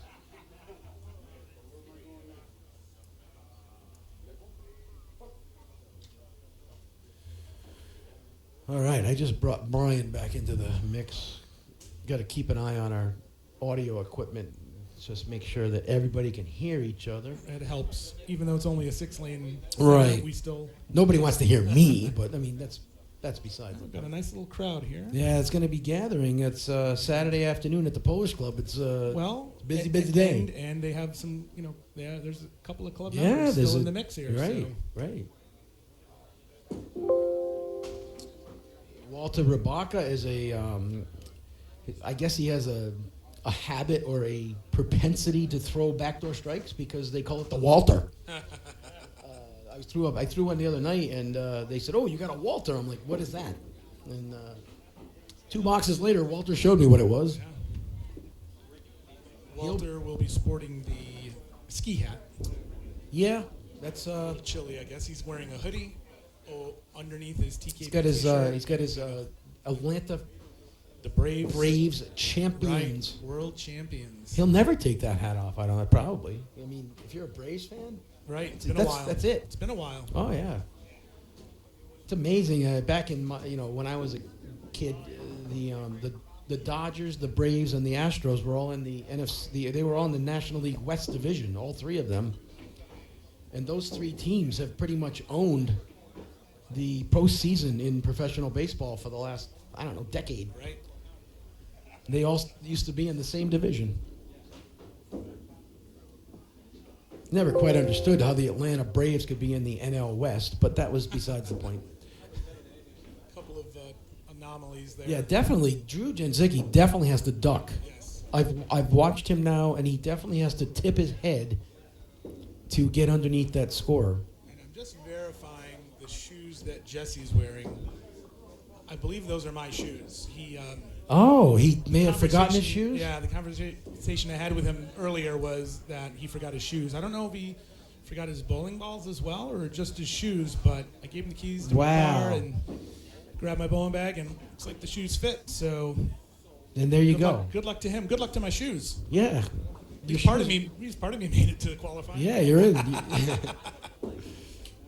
remember a long time ago, 25 plus years ago, the Masters, I believe it was the Masters, it was down in Maryland for the Men's Pro Tour, and Todd Turcotte, whose son is Ty, is the tournament director here. Correct, yes. Todd's truck was stolen Oh, my goodness. out of the parking lot of the hotel he was staying at, and his bowling balls were Oh, inside. no. So he borrowed, I don't know whose shoes, definitely not my shoes. Mine were too big, but he borrowed my bowling balls. So my bowling balls have been on TV. Wow. That's back when they were televising the matches too. So Yeah. and he won a few matches, I believe. So yeah, my bowling balls have been on TV, and now my bowling shoes have been on Duckpin TV. So Well, I've seen some of your escapades down south, Jim, so I mean, you I just know. need to get the rest of me now Yeah. on screen. I actually may be going, I think I'm going this year to the February matches. Oh yes, and I'm so looking forward to I that. believe Monday, December 6th at 7 That- p.m. That's coming this Right. coming Monday, boys and girls. Monday, December 6th at 7 p.m. There's going to be a flood of. The switch will be turned on because that's the start date for everyone to make their payment. You must Yep. pay in full.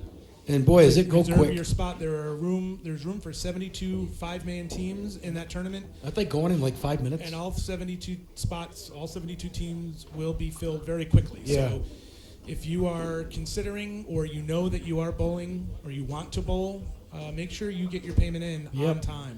That's, I believe, at least in the times I've been asked, this is the first year where they're not doing it on Valentine's Day, which, you know, for some of us is a little bit of a tricky question. Hey, do you mind if I go away for the weekend to Right. bowl? Oh, it's Valentine's Day. And for me, it's double. Oh, it's not a birthday, is it? My wife's Oh, birthday dear. is February 22nd. Oh, dear. 2/22. Well, you better bring the wife and make it a vacation. Well, I think she's come down once, and she Yeah. was like, "Nah, this really isn't for me. This isn't the ideal Valentine's not birthday a, weekend." not a I great had in weekend. mind." But it's the 18th through the 20th, so it's right in the Ooh, middle. It's right you in that split sweet the spot for difference. me. Yes. Perfect. So you can be with her on both Valentine's Day And her her birthday. birthday. That's Yes. awesome. My mom's birthday is on the 23rd. Roy she'll be Kachevsky. 80. She'll be 81. Oh wow, Yeah. February 23rd. My sister's born on the 19th of February. Roy Kachevsky also shares a birthday with my wife Jen. They're both February 22nd. Nice. We just took in a dog, Oh, nice. Penny. Her birthday is February 18th. Oh, wow. Shout out to Penny. Hey, Penny.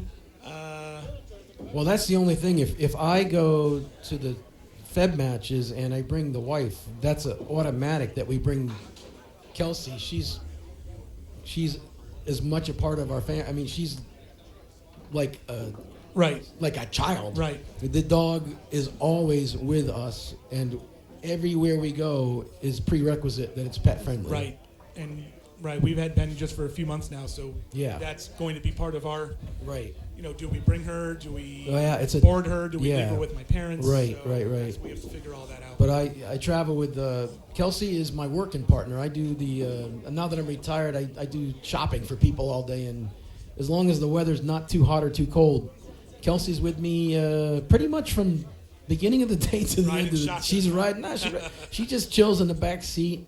I got this bag of treats. Every once in a while, the magic treat hand comes back into the back seat, and it just somehow disappears. I don't know where it goes, but it's out of my hand. She loves it. She just she's going to be 13 years old next May, and loves to ride and just hang out in the car. It's weird. I've spent 2 hurricanes with her inside the car. All right, we are ready for bowling. We can stop Back to listening to bowling. our silly pet stories. Miguel coming off of a huge double in the 12th frame of his Right. qualifying You match. got bonus bowling. And here's our first look at Brian on lanes 3 and 4. Again, he's going up against a powerhouse, Jesse Deach. And off the side for 2, that's the half Worcester right. Walter. Walter's first ball. Is he going to get a Walter? No, he hit the headpin, I believe, Okay. but he leaves a split. And he's in a match where he's getting 9 pins differential. So Brian with a huge conversion. I tell you what, that leave is so demoralizing, but when you make it, it's like, yes! It's a bonus. It's like a huge it's- lift. It's, yes. I All don't know right. how many times I left the 5-pin Oh, on after your second ball. and here comes Jesse Deach moving up onto lane 3. And again, he's I'm sure Brian's gonna tell us a lot about Jesse Deach because Oh, there's man, a lot we to got talk a lot about. to tell you. You're right, Pat. He got his 3rd Pro Tour win this August at Town Hall Lanes in Johnston, Rhode Island. He defeated Wayne Matheson in the final, 150 to 144. That's in addition to his 2nd Pro Tour win, 2017, Mount Airy, Maryland. And his first Pro Tour win was in Connecticut at Johnson's Lanes in Hamden, Connecticut, 2016. Averaged 148 on the Pro Tour this year. 148. What? One of my memories with Jesse was the year we did the Lucky Strike, the Eastern Classic, and he was the first weekend leader and came right down to almost the last two boxes, and we had him on live, and I'm pretty sure he got beat out in the very end, but man, it was like we thought we were going to have a first weekend leader win the thing, and he converts. So both Brian and Jesse made difficult spares to start their quarterfinal match. Drew Zinsinki starts off with a 9-box. I think his hair touches the telescope. I'm telling you right now, I don't know how if he does not pay attention, we could see. Yeah, hopefully he doesn't get too excited. Correct. If he jumps up, right. we're not going to be able to see the scoreboard It's anymore. going to get stuck in the ceiling. Mike Kaplat went off the side here to start. He's trying to tie him up, but does not. And Mike is bowling in a scratch match, trails by 1. So I guess if for any bowlers out there, if you're taller than Drew, Don't- you might not want to bowl here. Yeah, you might have to consider. Brian with a tip over. He tips it over for a strike. Great start to Brian's quarterfinal match. Lane 3 is not cooperating. Somebody's going to run down. This is so cool. They run down. They get up on top of the lanes. On top of the machines. Yes, Yeah. it's awesome. Yeah, they're operating in tight quarters back there. Brian, what do you got? Yeah, we went back there, earlier today, all of us. And these lanes date back to before there were even automatic pin setters, right? So they really squeezed them in there back there. Yeah. A lot of the newer centers, newer, I'm talking like Yeah, 70s, 80s, yeah, something. Yeah, right? there aren't many new ones. They're pretty spacious back there, so you Yeah. can get to the machines from the back. Here you kind of got to go from above. It's pretty tricky sometimes. Somebody did ask the other night where the pin boys were. I think Phil Clough said, "Where's the pin boys?" Because he knew. Well, yeah, I believe the gentleman who is usually behind the counter here, Right. he talked about bowling here when there were pin boys, or maybe he was a pin boy himself. Could have been. So I think someone said the lanes, the wooden lanes themselves are, 80 years old? Or- Yeah, I think they date back to the 1930s. Right. Yeah. So we're... Brian was. We were looking at the ball returns where they had to actually cut them to fit the lane on. But this is all very historic. Walt with the cover. Nice. Yeah, very nice. Big spot. That's And we've seen Jimmy it go a covered lot. it single too. As we've been saying, leaves that you traditionally have at other houses are not. They're not as daunting here because those back pins do seem to fall. Yep. A lot of side action off the walls here. The pins are very live. I know they do oil the plates. But not regularly. not crazy. Not That's right, just right, consistently right. good. They're just well kept. It's not like you can throw the ball anywhere. Sometimes. Look at that razzle dazzle. But that's okay because everybody gets that. Everybody gets the same break. It's not like unfair. Dave Dupuis just had the 5-9 up for Yeah. a minute there after his first ball and got some deadwood to corkscrew in between and take them both out. No, Miguel just made a 1-pinner and he had to turn around and look to make sure he made it. Everyone with a mark on 1 and 2 in the second frame after all opening the first frame. And the chance for the bowlers on lanes 3 and 4 to accomplish the same feat because both bowlers on 3 and 4 have started off with marks in their second frame. Walter with a 8 load. I have to be very cautious as to calling the. Jesse with a rocket. Man, Little there's heavy. not much left when his ball hits. I tell you, a lot. Jimmy with a crusher. And Drew, Drew gets there's the a- 10th pin to fall. Man, they just they don't stop falling. That's for sure. Drew just came out of the youth program recently within the last few years. Mhm. I believe when he was still in the youth, he had a 235, 236 game. So Yeah. he can string them together. A lot of length, a lot of rotation. And he's- Jimmy he makes another single. Jimmy singling it in a match. Walter covers 10. Jesse flags the single. a rare miss. That doesn't happen. Well, it doesn't happen. I'm going to say frequently. It doesn't happen very often at all. He'll blame it on the shoes, I'm sure. Yeah, it's stupid shoes. Yeah. So it's not you, Jim. Your shoes don't know how That's to make it. a one It's the pinner. equipment. It's not the bowler using the equipment, right? No, I'm afraid it's the bowler for me, as far as in my case. But I'm getting there. Mike Caplet. Oh my God, that was the back row for a fleeting moment. But he still has the 7-10, which is no bargain. Miguel goes through the middle for 5. Brian looking to string another. Brian threw a game the other night on 3 and 4 following the 217 where he had one box in the entire game where he did not drop 9 or 10. Wow. Following up a 217 game. We were talking about a almost perfect no tap. He went off the side for 7 in the 3rd frame, but other than that, he had all 9s and 10s and made darn near all of them.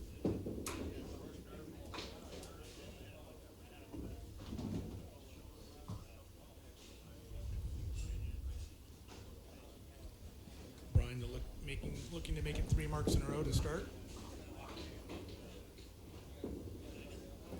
Ew. Just for a second, there was a little twinge of Yeah, Mike maybe Tail, pick, right? maybe, but no, it didn't.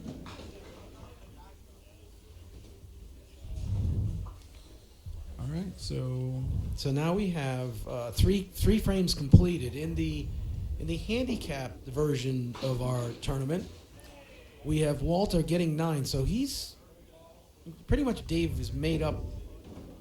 well, Made up depending his- on what he fills that spare Yeah, with. depending on the fill. Right. On the other side, Miguel with a mark, unless Drew throws a double, Miguel's still going to maintain a little bit of a lead.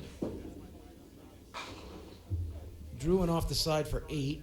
And as you can see there, Drew slides on the opposite foot. Normally Yes, a he righty would pulls off slide on the left. Correct. And he slides with the right. A couple of bowlers that we know of. Kenny, Kevin Martin. comes Kevin in. Martin is another. Yeah. Jesse with another rocket. Got a lot of pins moving around. You just can't get that 10th one to tip over. So now, chance to make up for that missed single, start another streak right here. Jimmy trying to tie them together, but punches it out. Drew goes off the side for 1. So a lot of missed opportunities in the last couple frames. And again, with my very limited experience here, if you do hit it a little bit light the pocket and you leave the 5 pin initially, it's very rare that you're going to end up getting pins to come off the wall to take out the 5 for a strike. Right. I mean, pins are coming off the wall left and right here, but it seems like, I don't know, just the way that they're angled, you're not going to get a lot of... And Jesse with back-to-back Wow. singles. and he missed them both to the left, I believe. Yes, and So- barely. Mike Caplet looking to load, and I'm sorry, he's not on a mark. It's my bad. That's Dave that's on the mark. And he fills it nicely with another 9.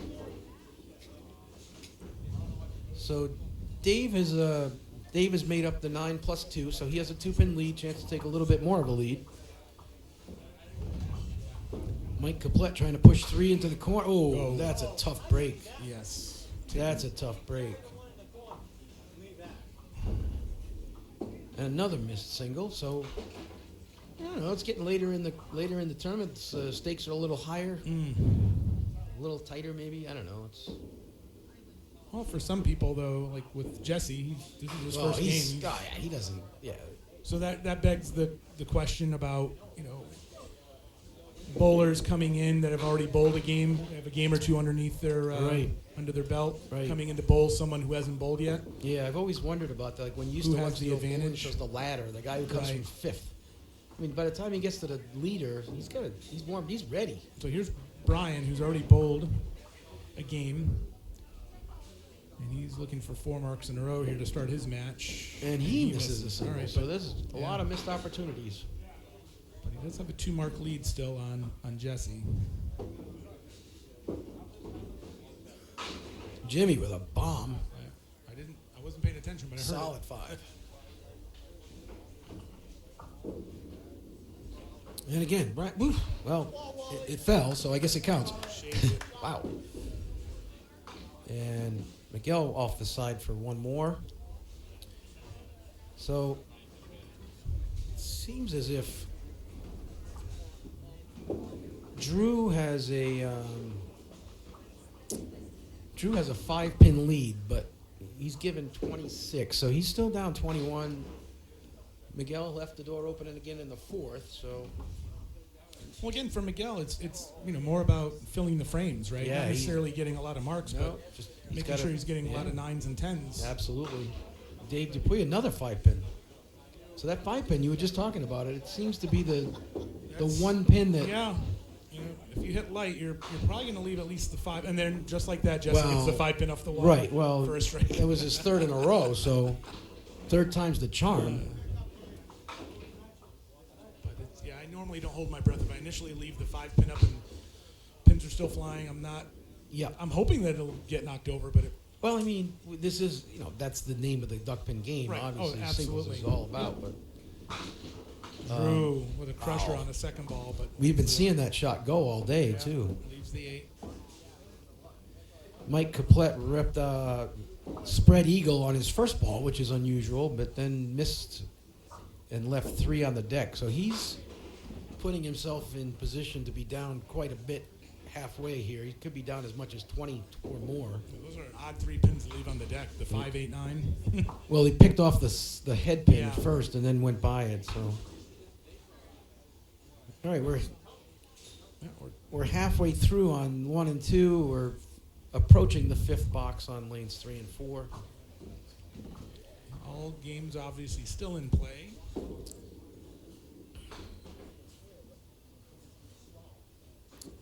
There's Miguel trying to get things rocking, and boy, man, he needs them. Man, does he throws a good ball. I bet you he's a bowler that we may keep an eye on in the future because a lot of these guys just started. Right, as far as bowling the Yeah, tournaments, they've right? never- They've yeah. been bowling here for I don't know Right, how many right. years, right? Right. But now, hopefully, and we have 2 more Oh. events here, I believe. 2 more Yeah. series stops here at Yeah, TKB this season. So even if they just end up bowling here and not any of the other centers, we should still see them a couple more times. Another missed single. We're seeing quite a few missed singles. Brian has another opportunity. Of course, we're seeing a lot of opportunities at Right. singles too. So.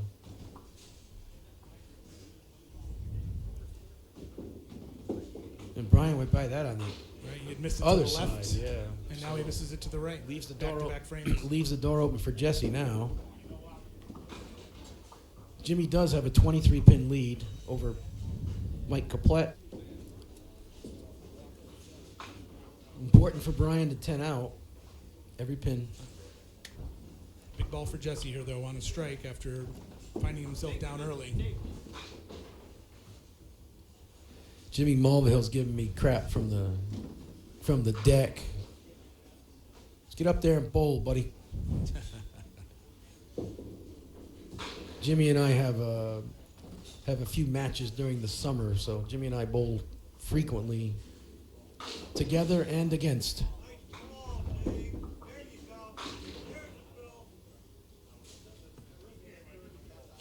Sometimes at Town Hall on Thursday nights, if Will lets us, he'll put us out in the lanes real late, just Jimmy and I, and we'll rip off 3 games in like 45 minutes. It's like speed bowling. Big ball for Jesse here. Jesse on a strike. And goes through the middle, kind of looks down at those shoes. I'm not Yeah. sure if he's feeling comfortable or not. It's hard to say. It's one thing to bowl. Oh, he did, and Drew, Did he I hit his think, head? just clipped the telescope. Okay, there we go. He forgot for half a second. So it is that close. Yeah, for no, him. that's, yep. Well, I know, I've noticed he's definitely been ducking, so. All right. Oh, wow. That is really tough break for Just a Jesse. 6 load on his strike. Here's Walter. Boom. That's not a Walter. That's not a Walter. That's a ball. That was a bomb. And that answers the strike that Dave Dupuy threw in the 6th frame. Correct. But Dave is looking to increase his lead in this match. Jimmy looking to get back on the horse. And I'll just say charitable 9-drop on that ball. Again, you initially saw the 2-4-6 there, Right. and then you didn't. Right. And it was just the 6. Right. So I'm sure I'm jinxing myself when I come here and bowl next Monday in my league. I'll be leaving a lot of those. But All right, he's back on a single. So Jimmy with a 24-pin lead. Mark up in the 7th. Mike Caplet's got to start throwing some hammers, and he can do it. Brian Ewing still ahead Brian has a 16-pin lead. on Jesse. Goes off the side for 7. Okay. I'm just holding my tongue. That's right. Miguel on a strike. And rips the middle for 7. So Brian looking to tie 2 up into the corner, take out that 7-pin. They do go. This is a shot I was talking about. These seem to go more friendly here than in some houses, if you hit the front 2.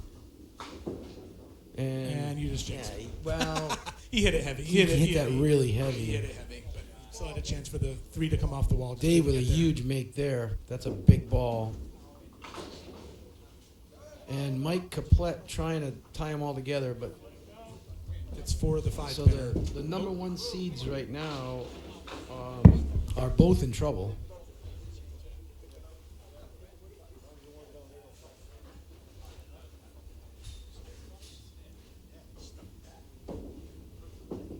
So we now have.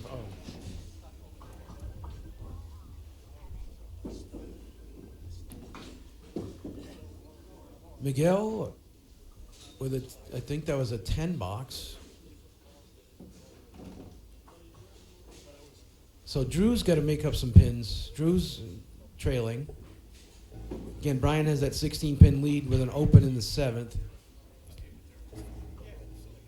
Dave Dupuis is up considerably. Dave Dupuis has almost a 20-pin lead, but he is up against the strike. Walter could double, cut into that lead. Here's Walter's attempt at the double right here. Off the side for 5. Jimmy looking to convert the 10-pin. Jesse just torched 9, leaving the 7 pin And Drew with a big bomb, so and a duck. that's not a double, but that's a 10 load on a spare. But it puts him in position to make up a good chunk of that 26 pins. Jimmy on the spare, really putting Mike in a bad spot right now. He's opened up a 38 pin lead. And Walter with a huge ball right there. That's a big 10 load and another mark. Right. Jesse on top of that 7 pin, so Now the singles are starting to be made in the second half they of are. the game Yeah, here. when they matter the most, they're coming through now.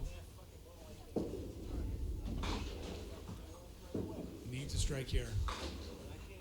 Wow. Mike Caplet off the side again. He's really struggling. Dave Dupuis looking to put another hammer down, and he did. There's that 5 pin again. Yep. Pesky 5 pin. So huge load for Dave.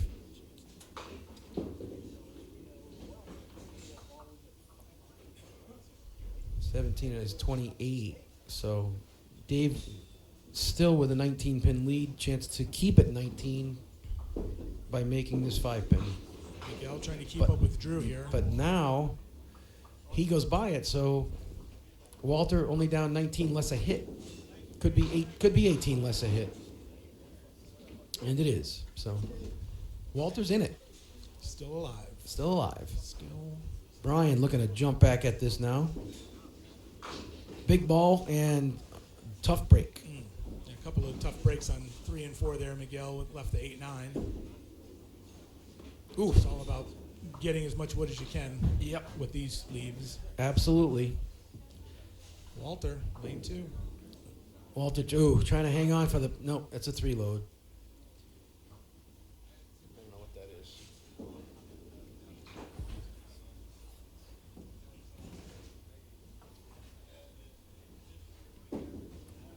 Brian trying to clean up. I don't know what that is.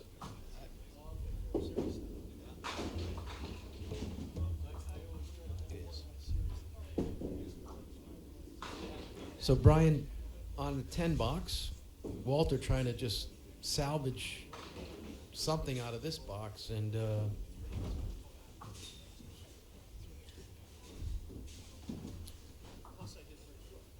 leaves the door wide open for Dave. Jimmy just looking to close his game out, and pretty much that does it. That'll do it. Jimmy Mulvihill. 35, will advance to the 35 sides. plus. Yeah, he's moving on. I'll call that one. Jimmy, Here's Drew on a strike on lane 4. Looking to increase his lead against Miguel. So actually, he is not yet. no, he hasn't. called the He handicap hasn't yet. covered the handicap No. quite yet. Oh, there's a Jesse Deach ball right there. That puts Brian in a tough spot. So Jesse's just about back in it, down 6 and on a strike. Brian with plenty of paper left.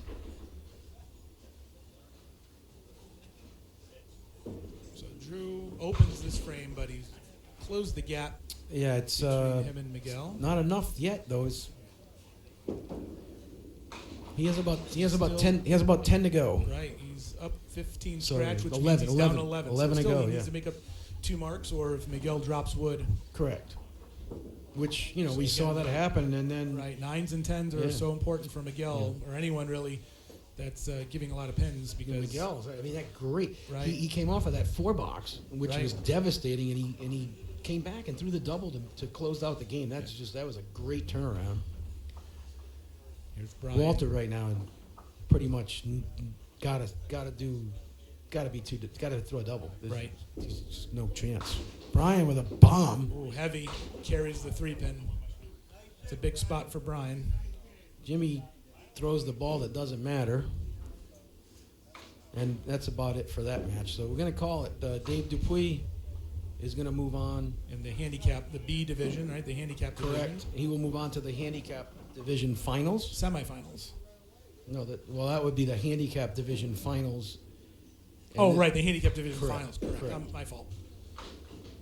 See, there's so many different things going on, Right. Jim. You got to I'm still getting used to the format, but I Correct. like the format. It's, love it. This is I awesome. think we had 70 entries, 71 Yeah, entries. 6-lane house. That's pretty impressive. Yes. So Jimmy moves on, and it looks like Dave Dupuis moves on, and the other 2 matches on lanes 3 and 4 are too close to call. So Walt with a 121 scratch, 130, including so the it's 9-pin over. advantage. Yeah, Dave's already closed him out. He doesn't have to throw a ball, nor does Jimmy. So really, it's the matches on 3 and 4. Let's just focus on Yep. 3 and 4 now. So we're going to go over and take a really close look at lanes 3 and 4 here. Make sure that Drew doesn't take out our telescore. So, huge ball right here for Jesse.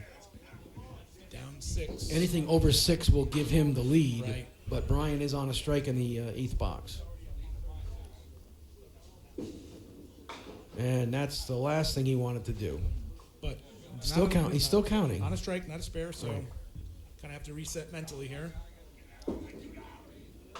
And Drew off the side for 2. So Drew's got some work to do. We could be looking at Miguel Vargas in the handicap finals against Dave Dupuis. Dave given, guess how many? 26 pins.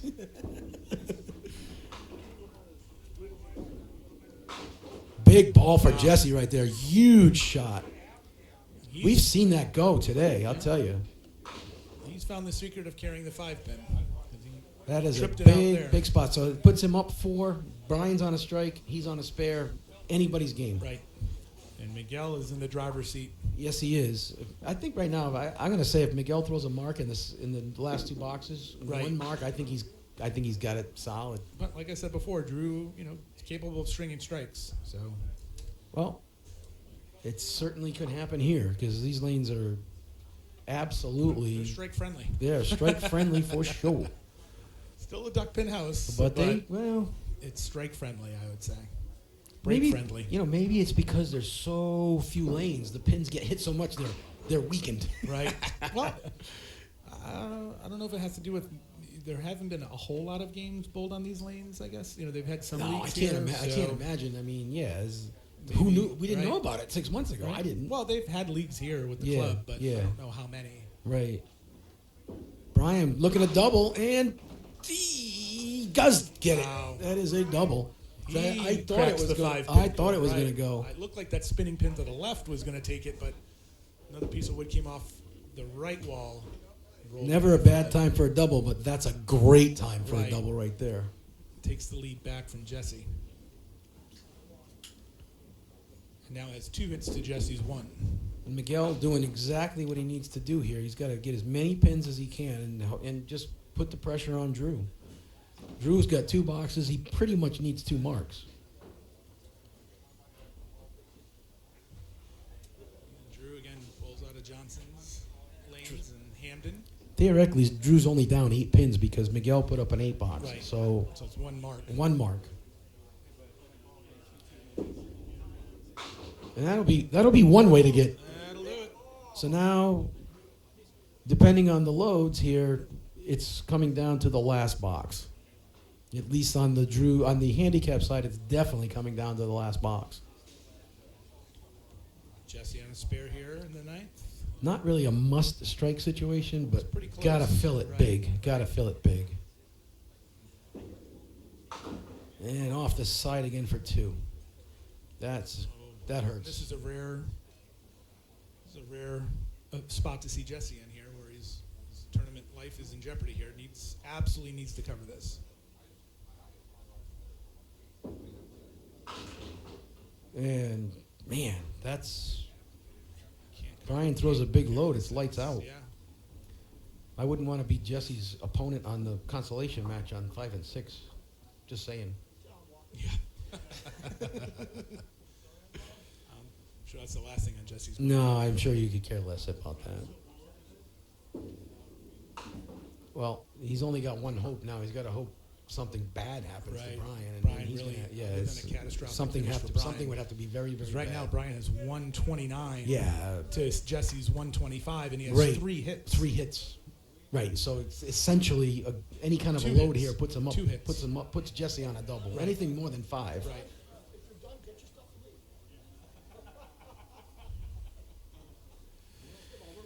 So huge ball here for Brian. Very methodical approach. Right in the joint for 10. And that's going to do it. Gonna wrap it up. So we can move Brian into the finals of the Scratch. A division, division. going up against Jimmy Mulvihill. Miguel trips out the 5 from the 5-7. Miguel has a must make.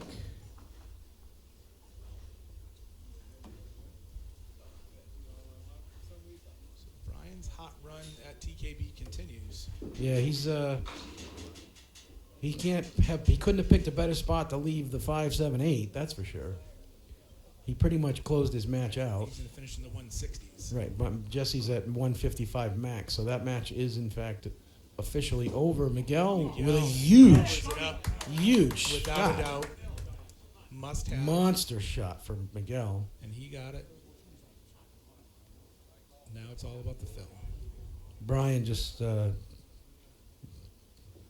to maybe convert this, maybe in case he leaves something on the next game he can Just make focus sure, on. Mechanics are the same. Don't Yeah, rush. Don't do anything different. Just keep doing the same thing.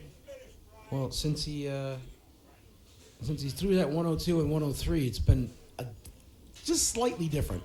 Slight improvement. I guess that adjustment worked. Yeah. So, Brian, are you going to interview yourself?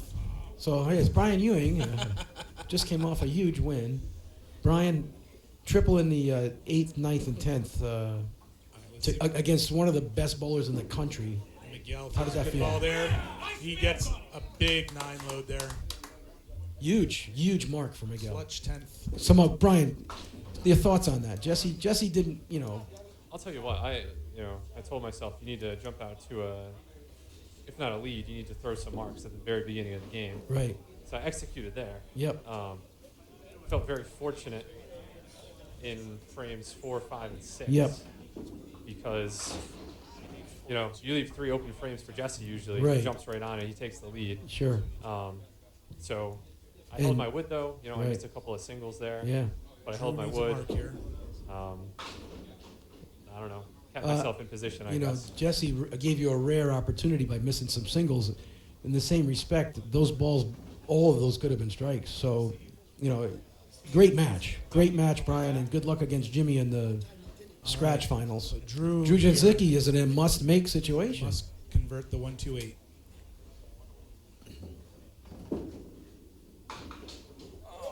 And that's He going to does put not. Miguel into the the finals of the handicap division. Right. Going up against Dave Dupuis and getting, get this, Another. 26 pins. He's gotten 26 each of the 3 matches. Seems to be a lucky number for him. So he's bowled against the same average bowler Right. in all 3 of his matches.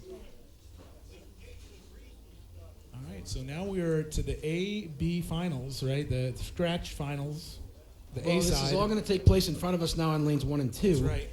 So we are into the final round of the individual tournaments, if you will. We have the A tournament, the B tournament, if you will, the scratch tournament finals featuring Jimmy Mulvihill and Brian Ewing, the handicap division finals, Dave Dupuis taking on Miguel Vargas from the TKB club. That's right, representing. the Representing. club. And so the winners of those 2 matches will meet in the overall tournament final. And if it's Miguel, he ain't getting a darn pin, Right, man. that those 26 pins of handicap will Good boy. disappear, Yeah. and he will need to do it scratch. And the funny thing about that is if it were going up against Brian or Jimmy, it would be 46. Right. Like 20. It would be Right. more than More. 26. It'd be a lot more. So the final match definitely favors the higher average bowler. Right. Right. Because hypothetically, you could have a high average bowler make it through the handicap division where it wouldn't Well, really Dave matter. Dupuis is a high average Right, he's a good bowler, bowler, so- right? He's Yeah. bowls the Pro Tour. Sure. So, but our final 4: Jimmy Mulvihill, Brian Ewing. Exciting, man. I mean, the way these guys, the way Jimmy and Brian throw the ball, we could see something special on 1 and 2 right here. And who knows? I mean, Miguel threw everything when he needed to. Right. So Clutch, far, he clutch, hasn't clutch, clutch, clutch. very clutch. And so here's the interesting part, right? We have 3 familiar faces with Jimmy, Brian, and Dave. And then who's this guy? But Miguel is probably the sentimental favorite here. Oh, got a following here. he's got more people cheering for him today You're than gonna- anybody right. else. If you hear, if Could get a little noisy in here. take a listen after Miguel gets a spare or strike, Oh, yeah. you'll know. You'll know. I think it's the shirt. That's my personal opinion. I don't know. That's just me. I want one. That's I'm getting cool. one. That's a cool shirt. Yeah. You have to be Polish to join this club? I can attest. No. As far as I know, That was a I'm loaded 0 question, Jim. I'm 0% Polish, but they took me in. But all good things to say here. We have a couple minutes, so we have to tell this story, Jim, because this is you cannot not tell this story. The other night in the qualifying round, when I went up to the snack bar, a gentleman, for some unapparent reason, just blurted out to me that he was the former chef and ran this little place called the Bidwell Tavern, and he's the Wing King. Now, anyone that's listening to this that's ever been to the Eastern Classic at Lucky Strike knows that if you drive 3.1 miles down the road, you go to the Bidwell Tavern. Nearly 200-year-old tavern. Oh, it's like this place. A It's- wing reputation. Oh, it's like this place. Yes. And this gentleman at the bar, sitting at the snack bar, is the guy. He was. I had a hard time bowling that last game, I got to admit. And you mentioned wings this morning when we came Yeah, in. I They thought- were making breakfast sandwiches. You said, I can make you some wings if you want. And I'm like, I'm yes, gonna- indeed. Not this morning, but eventually. We are definitely going to need to sample So- some TKB wings. So he and I had some lengthy conversation regarding. I'm kind of a food aficionado. I have ribs is one of my specialties. Chicken wings is another, and I have this propane fired pizza oven which I've put out on Facebook a million times, and actually brought it to the Lucky Strike Lanes one night and set it up in the parking lot.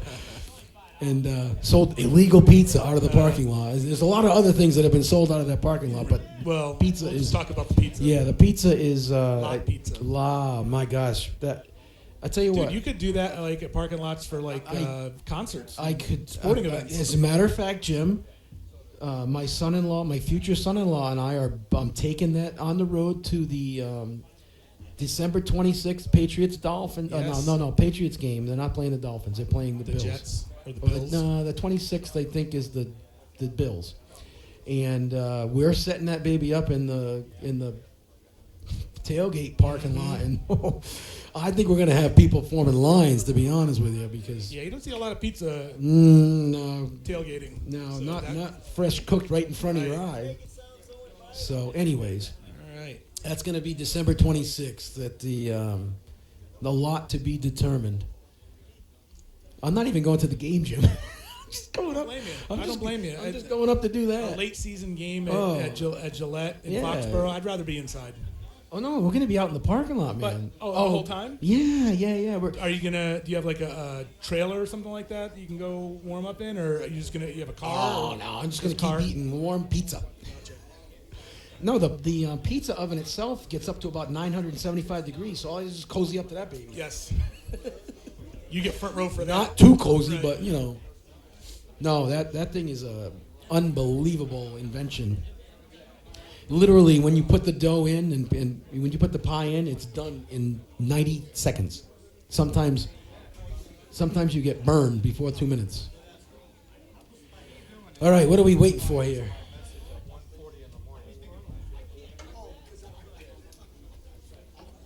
What happened? Something fall? Oh, I see it. Ooh. I thought we had one there. Oh.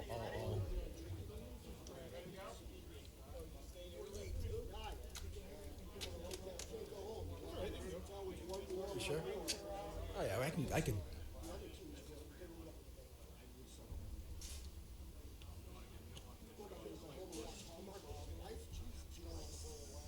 Could you get me a Coors Light?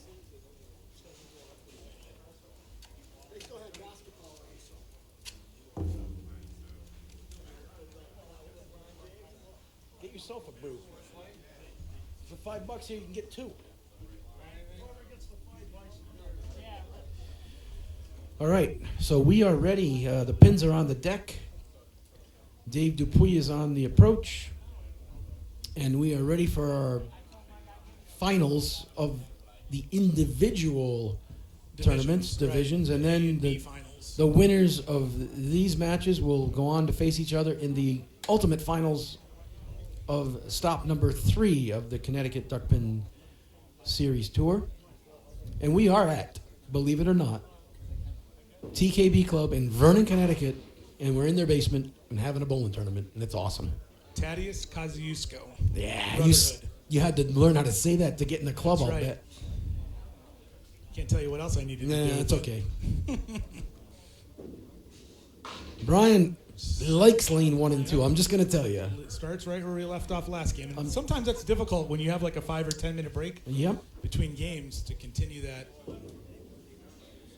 And good now, bowling. But he starts off with a bang. so far today, Dave Dupuy has been giving pins to everyone he's bowled and made them up relatively quickly. This time he's got a few more to make up, but he's shown the capability of doing it early, which mentally puts you in a different position. Whereas we saw Drew Jinsicki struggling a little bit because he had pins to make up late in the game. Right. Dave hasn't been in that situation yet.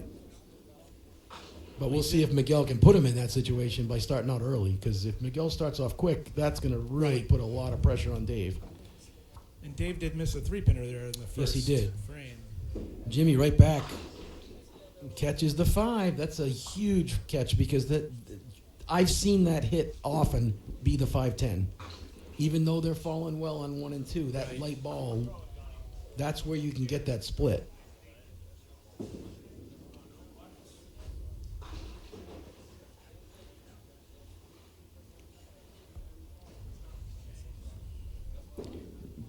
Jimmy's all over that, all over the 10 pin. Rode the rail all the way down. Gave it a look there for a second, Yeah, halfway down. he was only nervous for a half a second. Miguel gives 1 pin. Nope, does not. He gives 1 pin One back. pin back. Yep. That's okay. If he gives up 1 pin a frame, That's he'll all be just fine. he's allowed. He can give up 2 pins a frame. Almost. Well, no, he can Yeah. give up 2 pins a frame. You're right. Just no more. That's it.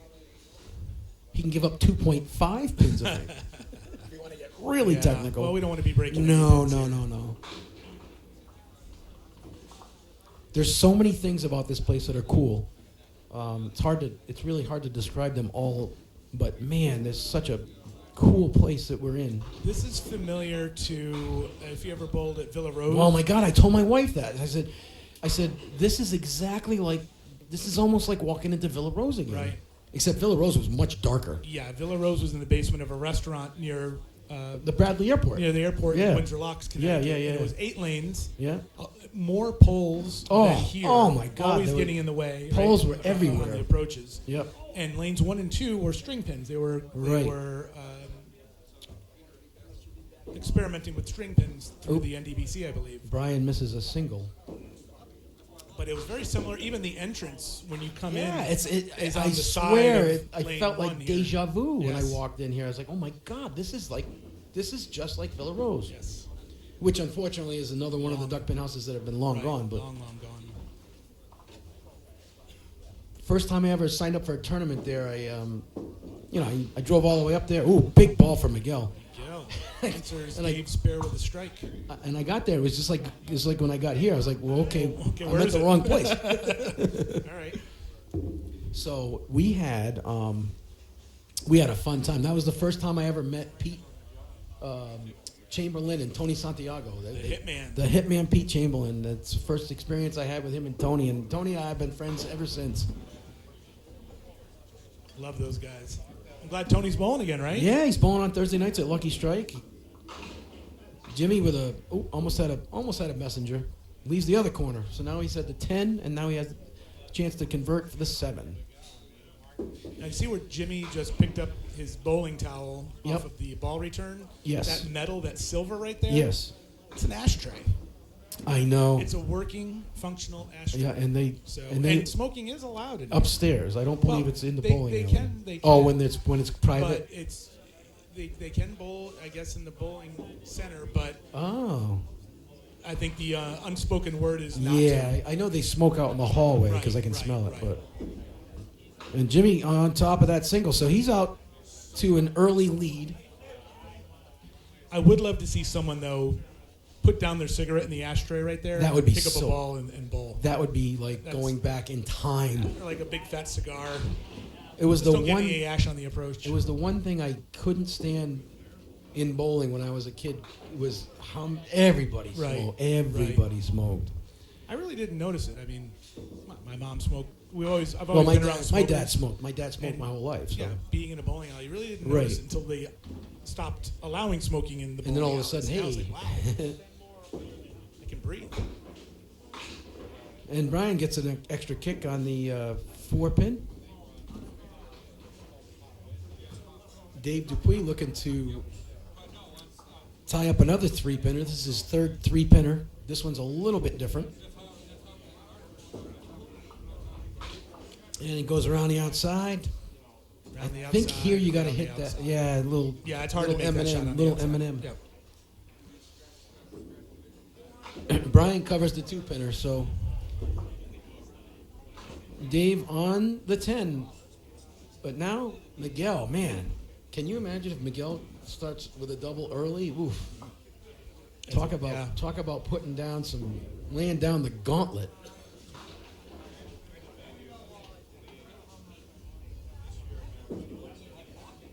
He gives it a little snap Yeah, there. it's a little Yeah. extra lift at the end of Yeah. that. Yeah, Off the side for 6. not exactly super low on the lane, but he throws it very consistently. Yeah. His first ball's been quite well. He's thrown it really well.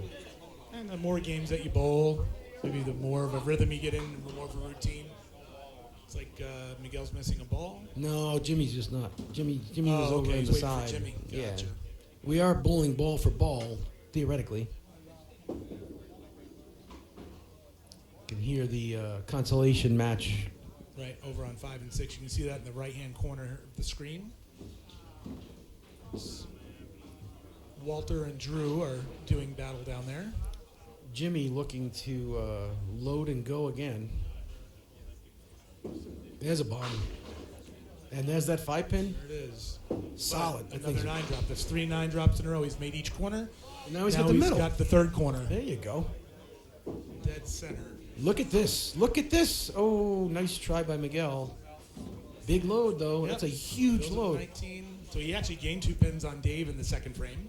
He's ahead of him scratch. Right. And as each frame goes by, That's it becomes more and more important. mounts more and more More and pressure. more difficult to make up. Jimmy for his third single in a row. Count it. 3 for 3. So he's made the 5, 7, 10 the way you want to. Right. One at a time, Right. 3 different boxes. Yes, 3 spares. So Brian finds himself down a mark. Oh, Miguel, that's a Miguel, huge pin. yes, They're yeah. all big. That's All a bonus. huge pin for Miguel. Every 10 box for him is like a mark. Because like we said, if he gets a 10, Dave has to get 12 and a half. Right. So 12 and a half is tough, so I'm they have just to get saying. 13. Well, you better get 13 or 14. Here's Brian looking to start stringing them. I was going to say, heavy. he got a break, but he didn't. Give it a And second here. Wait I for the don't know how deadwood. much. I don't know if they're that forgiving. It seems to be settling down. That one spinning pin is not going to make its way over, or is it? It's trying. definitely heading in the right direction, but it's out front of it. Yeah, losing steam. So Brian left at 7-8, and again, you're going up against Jimmy Mulvihill, he's not going to have too many hiccups. He throws a very consistent ball, always around the pocket, and very, very likely to start throwing strikes versus 9s at any point. Dave Dupuis with a really nice attempt at that. That's a very difficult spare leave. 6, 9, 10 is not an easy spare. It's even less easy than the 3, 9, 10, which was what that was. So now this would be Jimmy Mulvihill up on lane 4. So far he's left the 5, the 7, and the 10 as singles. See what we get on this one.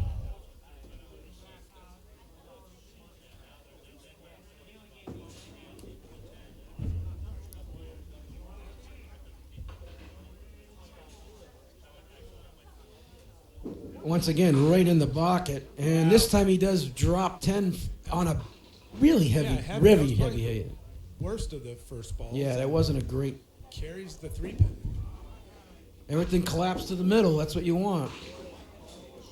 Miguel with the ball a little bit off the side, but did not leave himself an unmakeable spare. Right, I mean, exactly. Still has the head pin pocket to work with.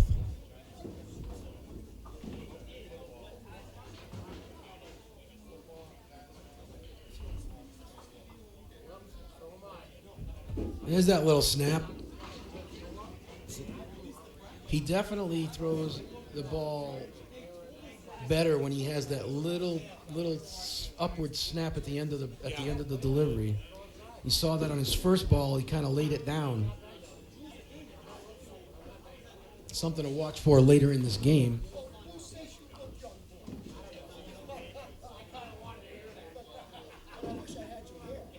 All right, so drops a pin there, but he's even. He's up 26. It's a big spot for Brian now. Brian, finds himself yeah, down 2 marks. Brian's down 2 hits.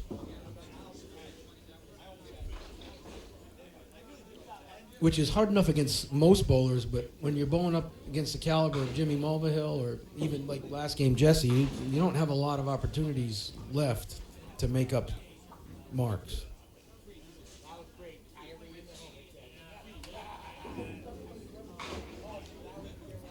Kind of got a little loose on that one, a little off to the side, still makeable. Dave Dupuis with yet another 3-pin attempt.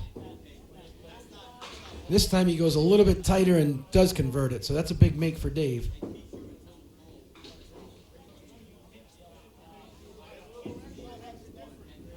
Brian goes right through the head pin, putting himself in a very, very difficult position right now, halfway through this semifinal game, if you will. It's the finals of the scratch pool, scratch division.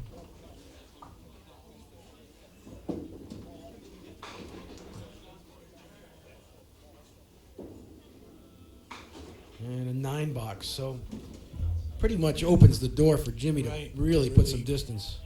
Open up He could open up a sizable lead. sizable lead, Yeah. yep. Here's But Miguel. again, only halfway. Miguel looking to keep Just going to pace pay with attention to Dave. that little snap at the end, that little lift. Okay, Wow. and he got away with that. Still, look, has a break. 6, 9, 10. So Jimmy's thrown pretty much 4 balls.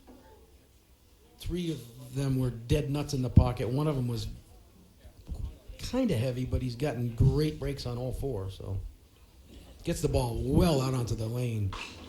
And again, he gets away with it. Again, he gets a double. Oh, my goodness. That was the same exact 3 pins. So he has The started 2-3-6 went down last, and both of those balls. And tell you what, and Miguel covers the 3-pinner.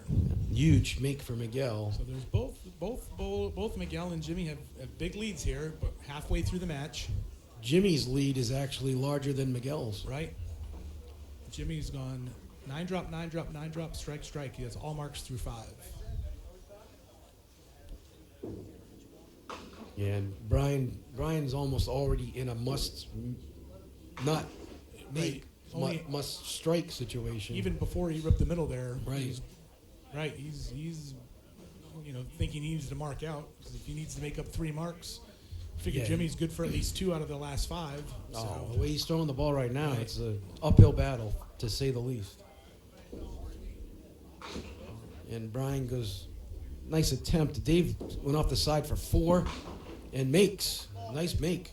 all right, so He's not got to a make big them fill, all. but I mean, Miguel could take the lead outright, never mind the handicap. Miguel could find himself as like a club hero here. He could be like he would be like legendary. Right. Put his name up on the big win the black. first tournament. Yeah, that would be Here, I awesome. don't know if they've ever had a tournament here. I don't- Sanctioned tournament. I think they do have club tournaments. Yeah, I'm sure they do. Yeah. But I mean, They invited me to. I said I'm not a member. They said it doesn't matter. I said okay, let me know. Those guys are so cool. yep. No, it's Here's Jimmy on a double, all good things so far here. and that's off the side, and this time for 5. So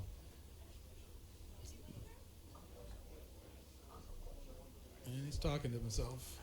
well, if you're First gonna, bad ball he's thrown. yeah, it's. Oh my goodness! Miguel walking away Miguel from that is first just ball, leaves leaving the it. 9. And now Solid, he's opened up a 5-pin scratch lead. solid 9.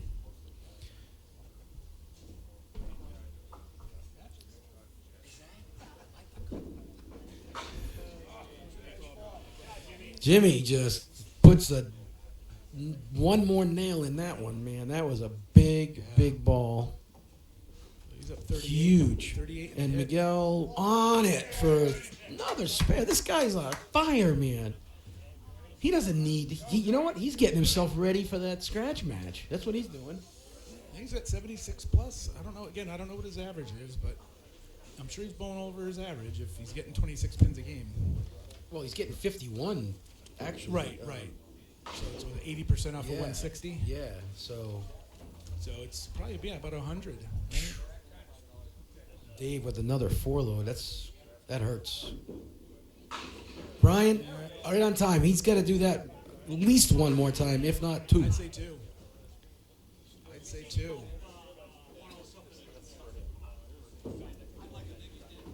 And with the 7 box, Dave's put himself in a very difficult position. He has 3 boxes to go. He's going to make up more than 30 pins in 3 boxes. Could be as much as 40 pins. Jimmy talking a little smack there.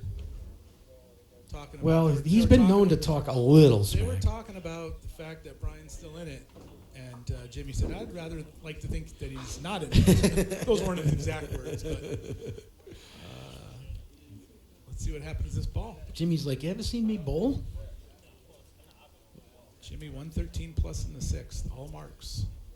So right now, Jimmy is just locked and loaded, and Just that's like that. the thing that can really turn it around. Sliver Now. of hope. Now it's a 40-pin lead. 40 pins, but paper. There's paper.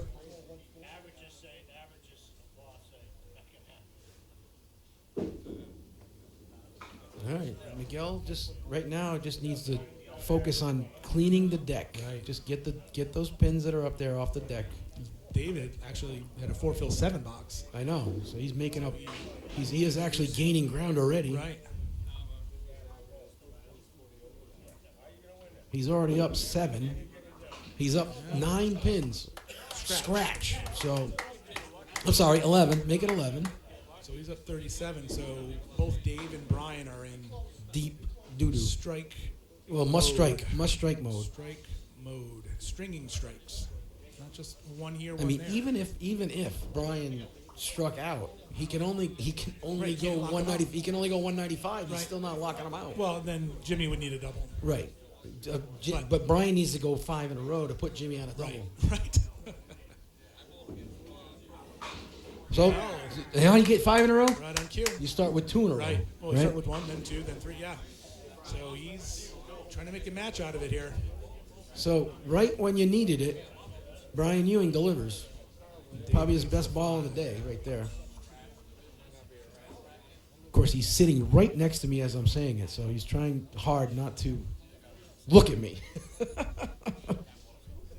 Dave Dupuis with a must make, And he does. and he does. So, again, we've got 2 matches that they're technically not over, but both bowlers that are trailing don't have any more margin for error. Right. Backs are against the wall. And Jimmy right now coming off 2 bad first balls in a row, looking Right. It's the head pin each of the last 2. to reload and find that pocket.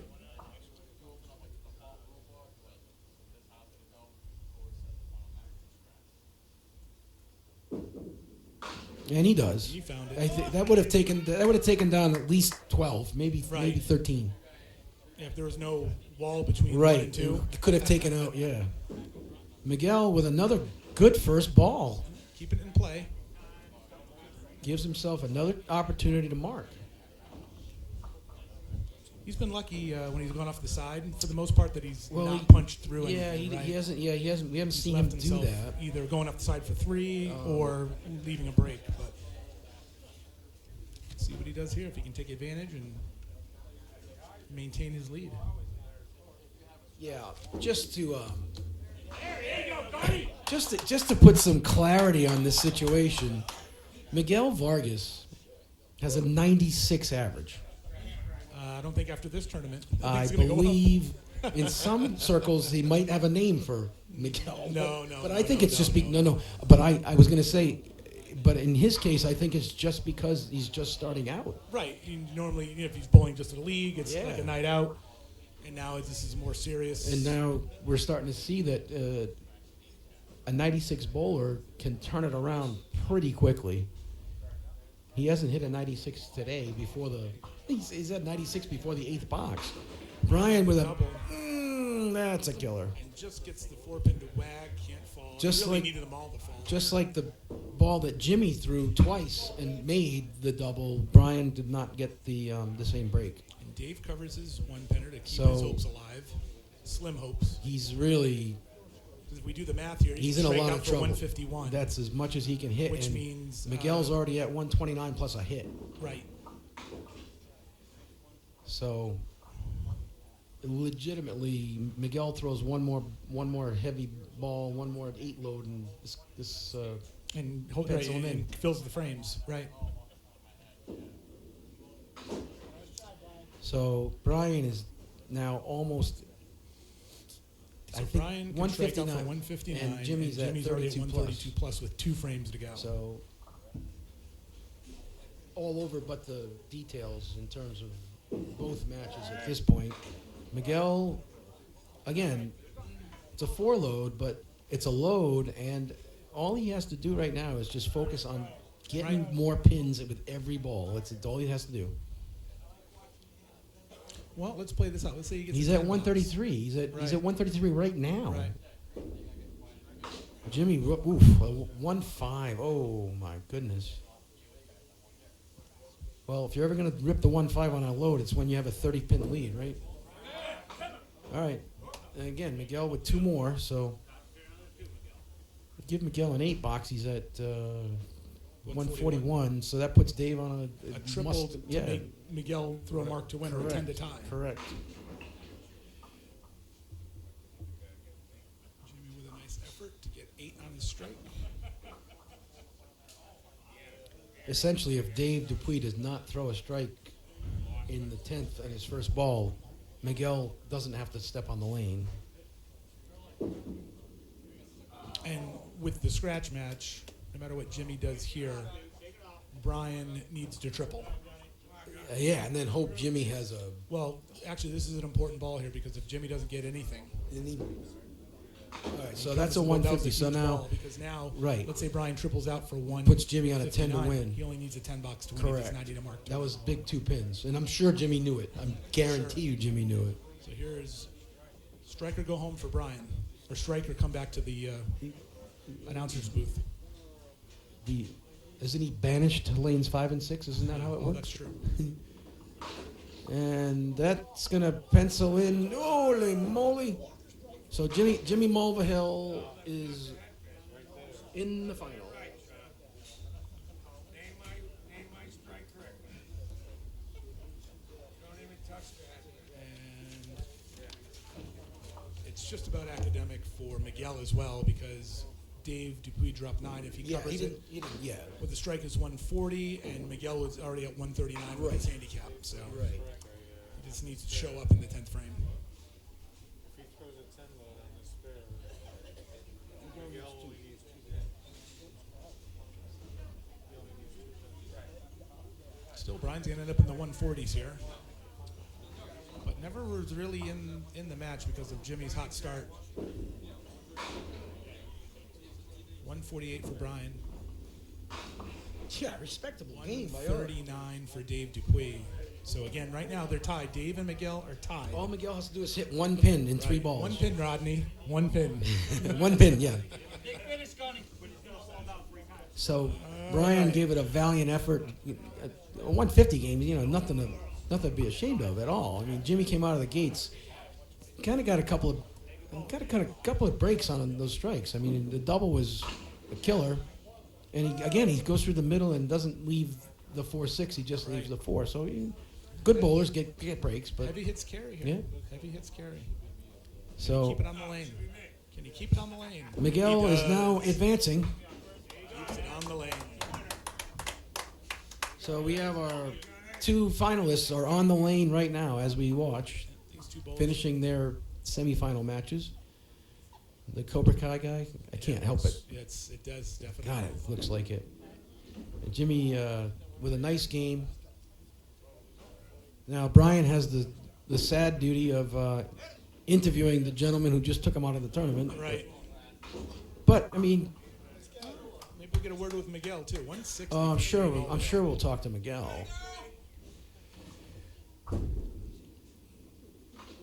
So we're now about to watch a match where Jimmy Mulvihill, who averages 142, something like that.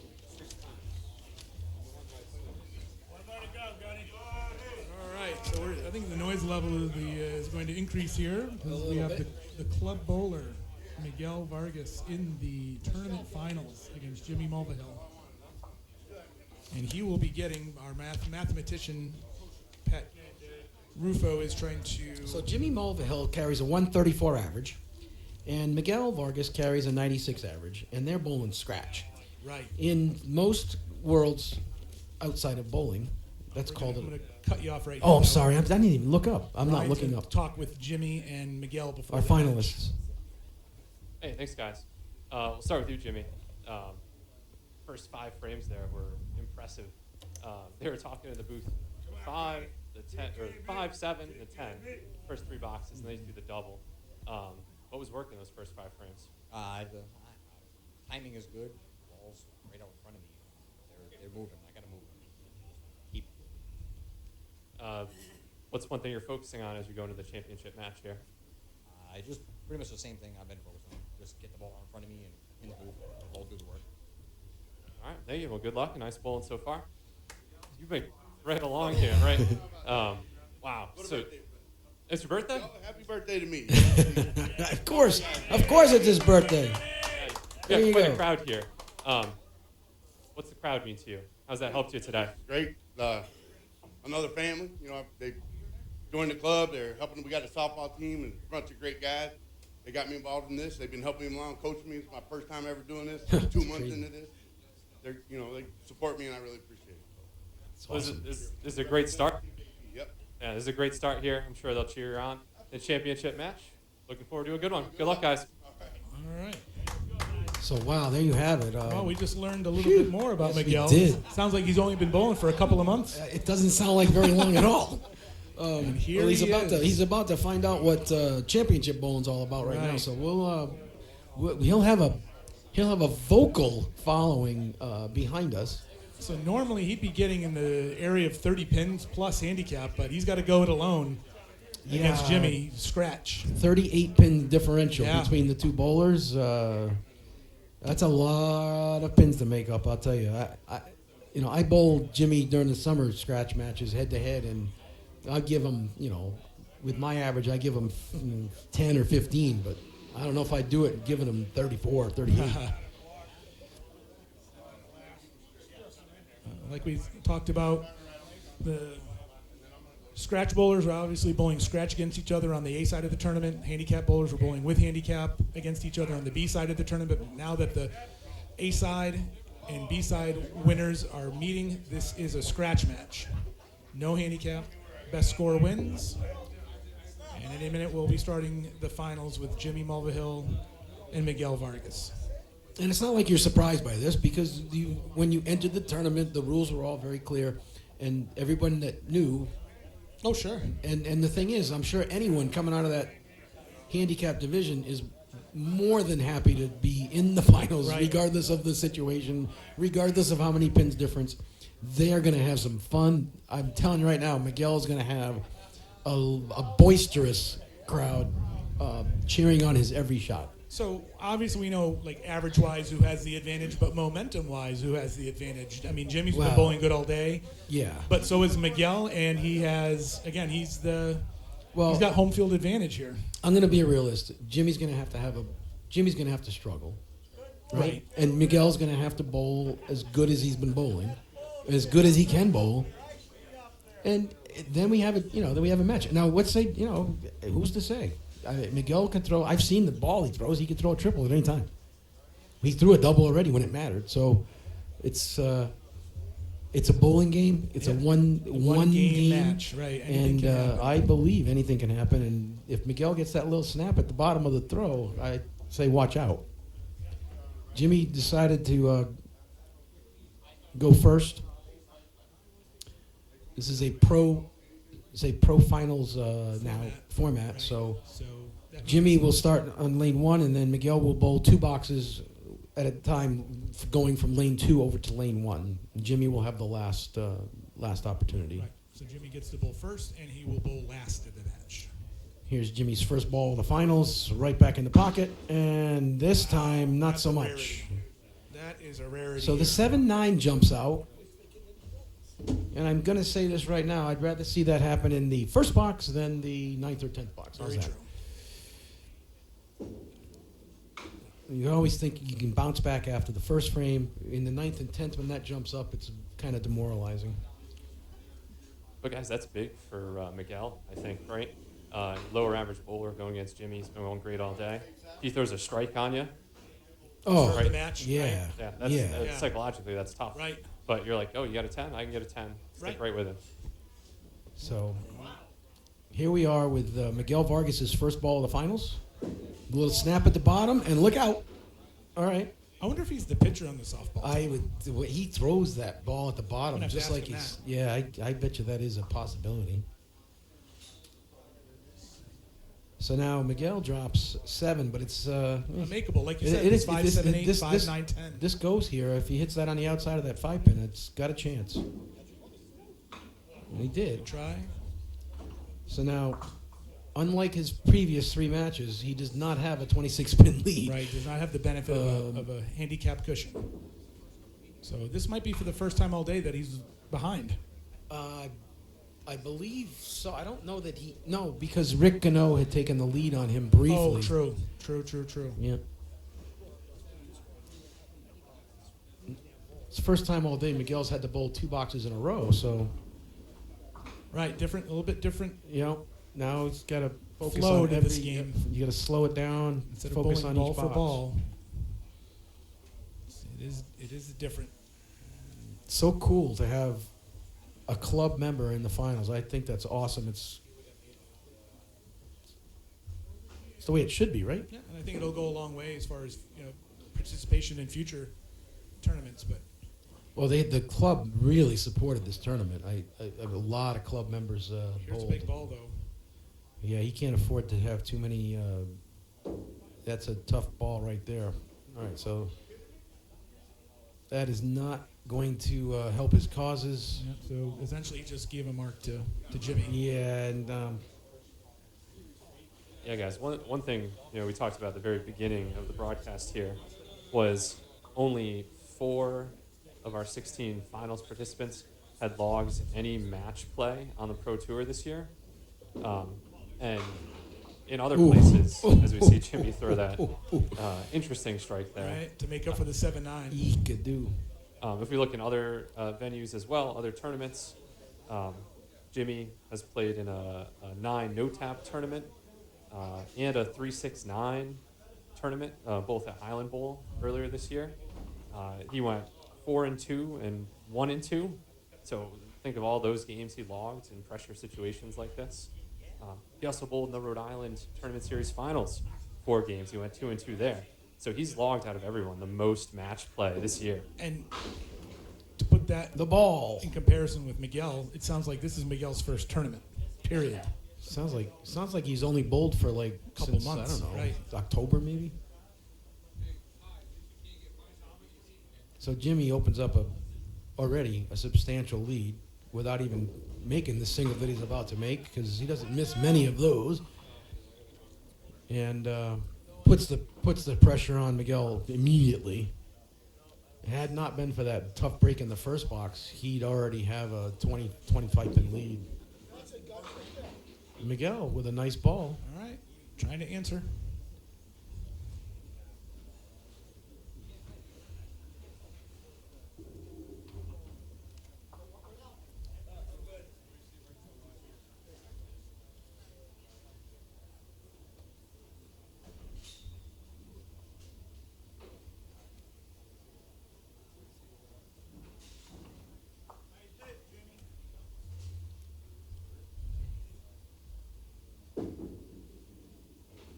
And off the side into the gutter on that attempt, and just the opposite happened that we thought. We thought it was going to be a very boisterous crowd behind Miguel, but Well, I think they're a little nervous for him as well, because they're kind of, I don't know if they want to. Well, and I think if he had started off with a Well, mark or true, two, I true. think it'd be different. But let's see. If he gets a mark here, I think you'll hear him.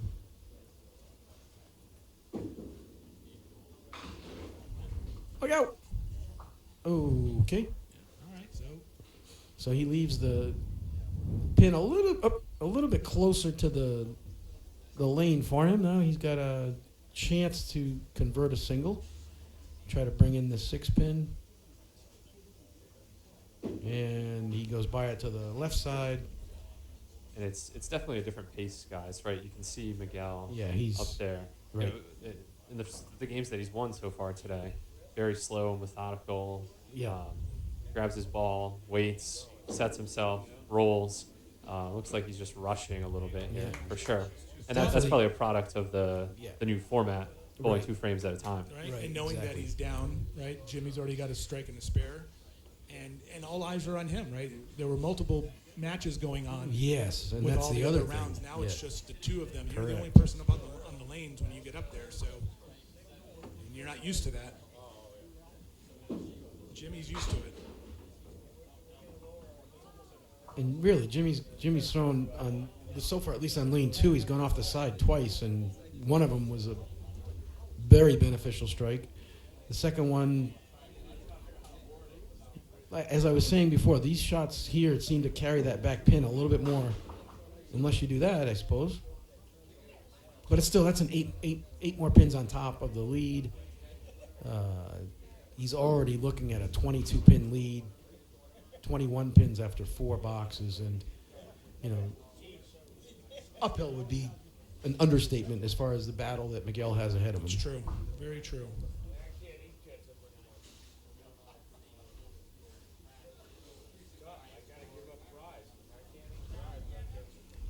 But never never say never. We've seen it all.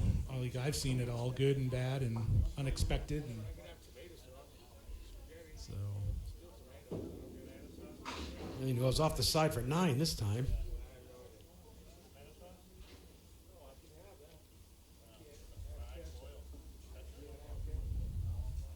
need to get Jimmy a belt. I know, he keeps hugging his pants. Tell him. Size waist, he's about my size. I can lend him but you lend your shoes, I'll lend my belt.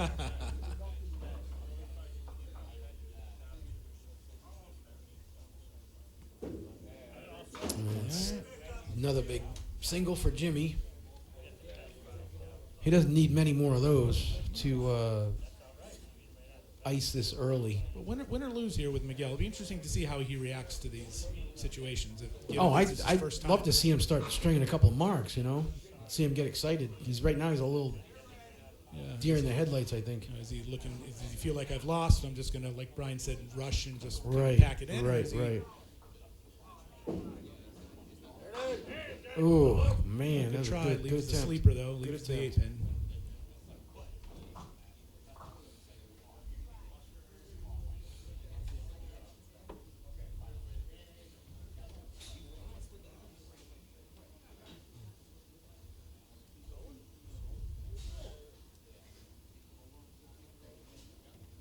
All right. It's a good 10. So Still battling. gotta go some now. I mean, Down 21 and a hit halfway through. gotta go some now. See him string a couple here. Little too much lift on that one. It looks like he might hurt himself just a little bit there. Took the ball and was ready to go. Needs to take a breath.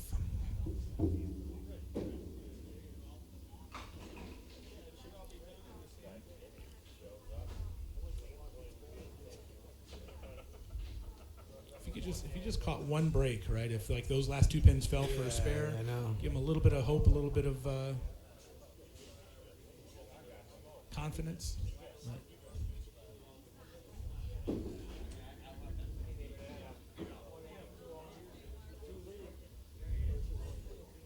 So 52 after 6 for Miguel. Having his worst game of the day, not the best time to have it. I guess to have it in the finals, he wouldn't have made it this far if he had this game earlier, but Jimmy... Well, and I guess, he can always look at it and say, I could basically bowl the best game I've ever bowled in my life, and right. it's not going to be enough. Right, because Jimmy just threw a strike there. Yeah. He's well in control of this match here. Venturing to guess that Miguel's high game is probably in the 50s, maybe. I'm just throwing out wild numbers, but Jimmy's going to hit 50 by the 8th box, 9th box.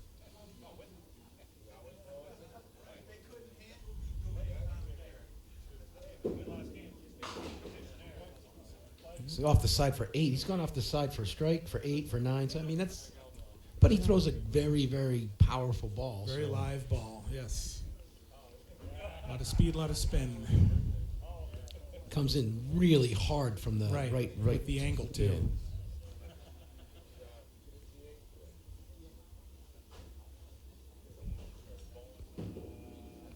Yeah, just cleans that up and pretty much puts a stamp of approval on that. All right, getting some words of encouragement He's getting here. some late encouragement.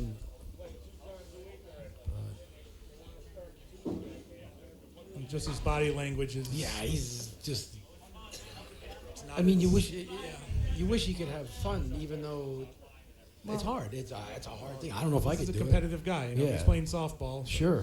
That's a cutthroat sport. For anyone who plays in the softball league, it's usually... and unlike Jimmy, there's only a handful of people there who know who Jimmy is. The whole place knows Miguel. True. So, but I mean, he's out there and they're not. That's what I'm looking at. Yeah, he made it this far. There were 70, 71 entries, and he made it to the final 2. He bowled today, and I didn't. Right? You didn't. My shoes did. Yeah, your shoes were here. I'd like to say, I just took a look. Jesse gave me my shoes back before this match, and They're red. My shoes are red and gray, and he was wearing a red shirt and gray pants. He must have planned on forgetting his shoes. Yeah, so maybe it wasn't the shoes. I don't know. Yeah, I don't whatever. know. Miguel with a nice lift on that one. He leaves himself a makeable 3-pin spare.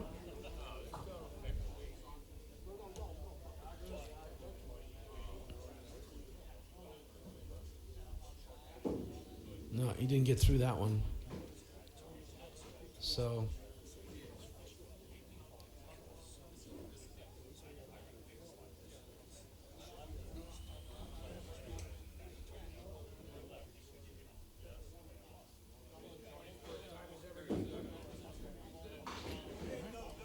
So cleans up for 10. Kind of waves it off in disgust, though. He's one mark away from hitting his average. That's the thing you got to remember.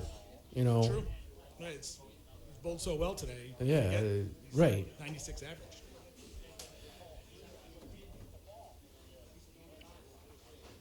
Especially, you know, I always say when you bowl in a league, in a handicap format league, I always want to have that 96 to 105 bowler because they're not going to kill you, you know. The chances of them going 20 pins on their average is slim, whereas when you bowl with someone in the 30s or the higher, if they go 110, it's a killer. Right. You know, so I mean, they don't do it very often, let's put it that way, but you get a 96. We bowled the other night in a league, and the guy averaged 113, went 155. It's How do over. you beat that? You're done. I mean,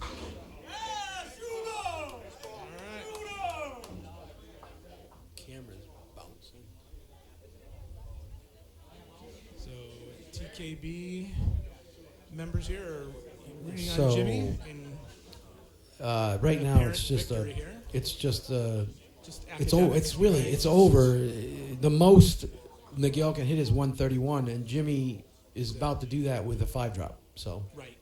He's at 121 plus. So 5 or more. 6 It's- on this ball, and it's over. over. And you can count that one. It's All over. right, so we have our champion in front of you right now. He's going to have to finish the process, go through the motions, if you will, but with 2 boxes to go, Jimmy has mathematically locked him out. And let's be real, even if Jimmy were giving him 40 pins, he'd still be beating him, so.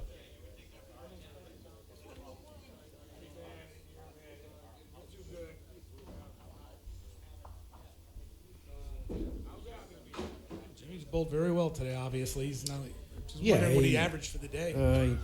I think he was He hit a 150. started 50. I don't know what he hit second. I think he averaged about Over 150. Yeah. Next series stop. Looking it up here, event number 4. Is that Lucky Strike? Doubles event. Is that next weekend? Saturday, December 11th, and Saturday, December 11th. Looks like it's a 1-day. It's a 1 day, all day. Is No, it? I'm sorry. It's over 2 weekends, over 2 Oh, Saturdays. okay. Saturday, December 11th. Shift times at 11 and 2, and Saturday, December 18th at 11 and 2. And then the doubles format is similar to the first series stop, correct? The doubles teams scores are Right, in it's a contention. traditional. It's just a traditional doubles tournament. But you individually can score points for the series finals as an individual bowler in those as well, I believe. Well, that's a good question. I know. I believe you do. Is that true, Brian? For There he is. and So what we're talking about, Brian, is whether or not we're bowling in the doubles format at Lucky Strike in our next series stop, the individuals within that tournament still qualify for points for the finals. based on their individual scores. That's correct. Okay. It's good to know. So if you're looking to bowl, put in your team at ctduckpins.com. So here's Miguel, he secures his average. He hit his average, which any bowler will tell you. Right, he beat his average at 97. He went over his average, and that's you know what? He's getting a lot of support from his club He members. just said that, actually. Miguel just said I hit my average. Yep. But now it's just 3 balls away from our first AEB champion being crowned. Jimmy Mulvihill with another Sloppy strike. Sloppy. Somebody missed a one-pinner. Somebody missed a one-pinner, Jimmy. Right, automatic, right? Automatic. So Jimmy Mulvihill looking to triple out for a 170 game.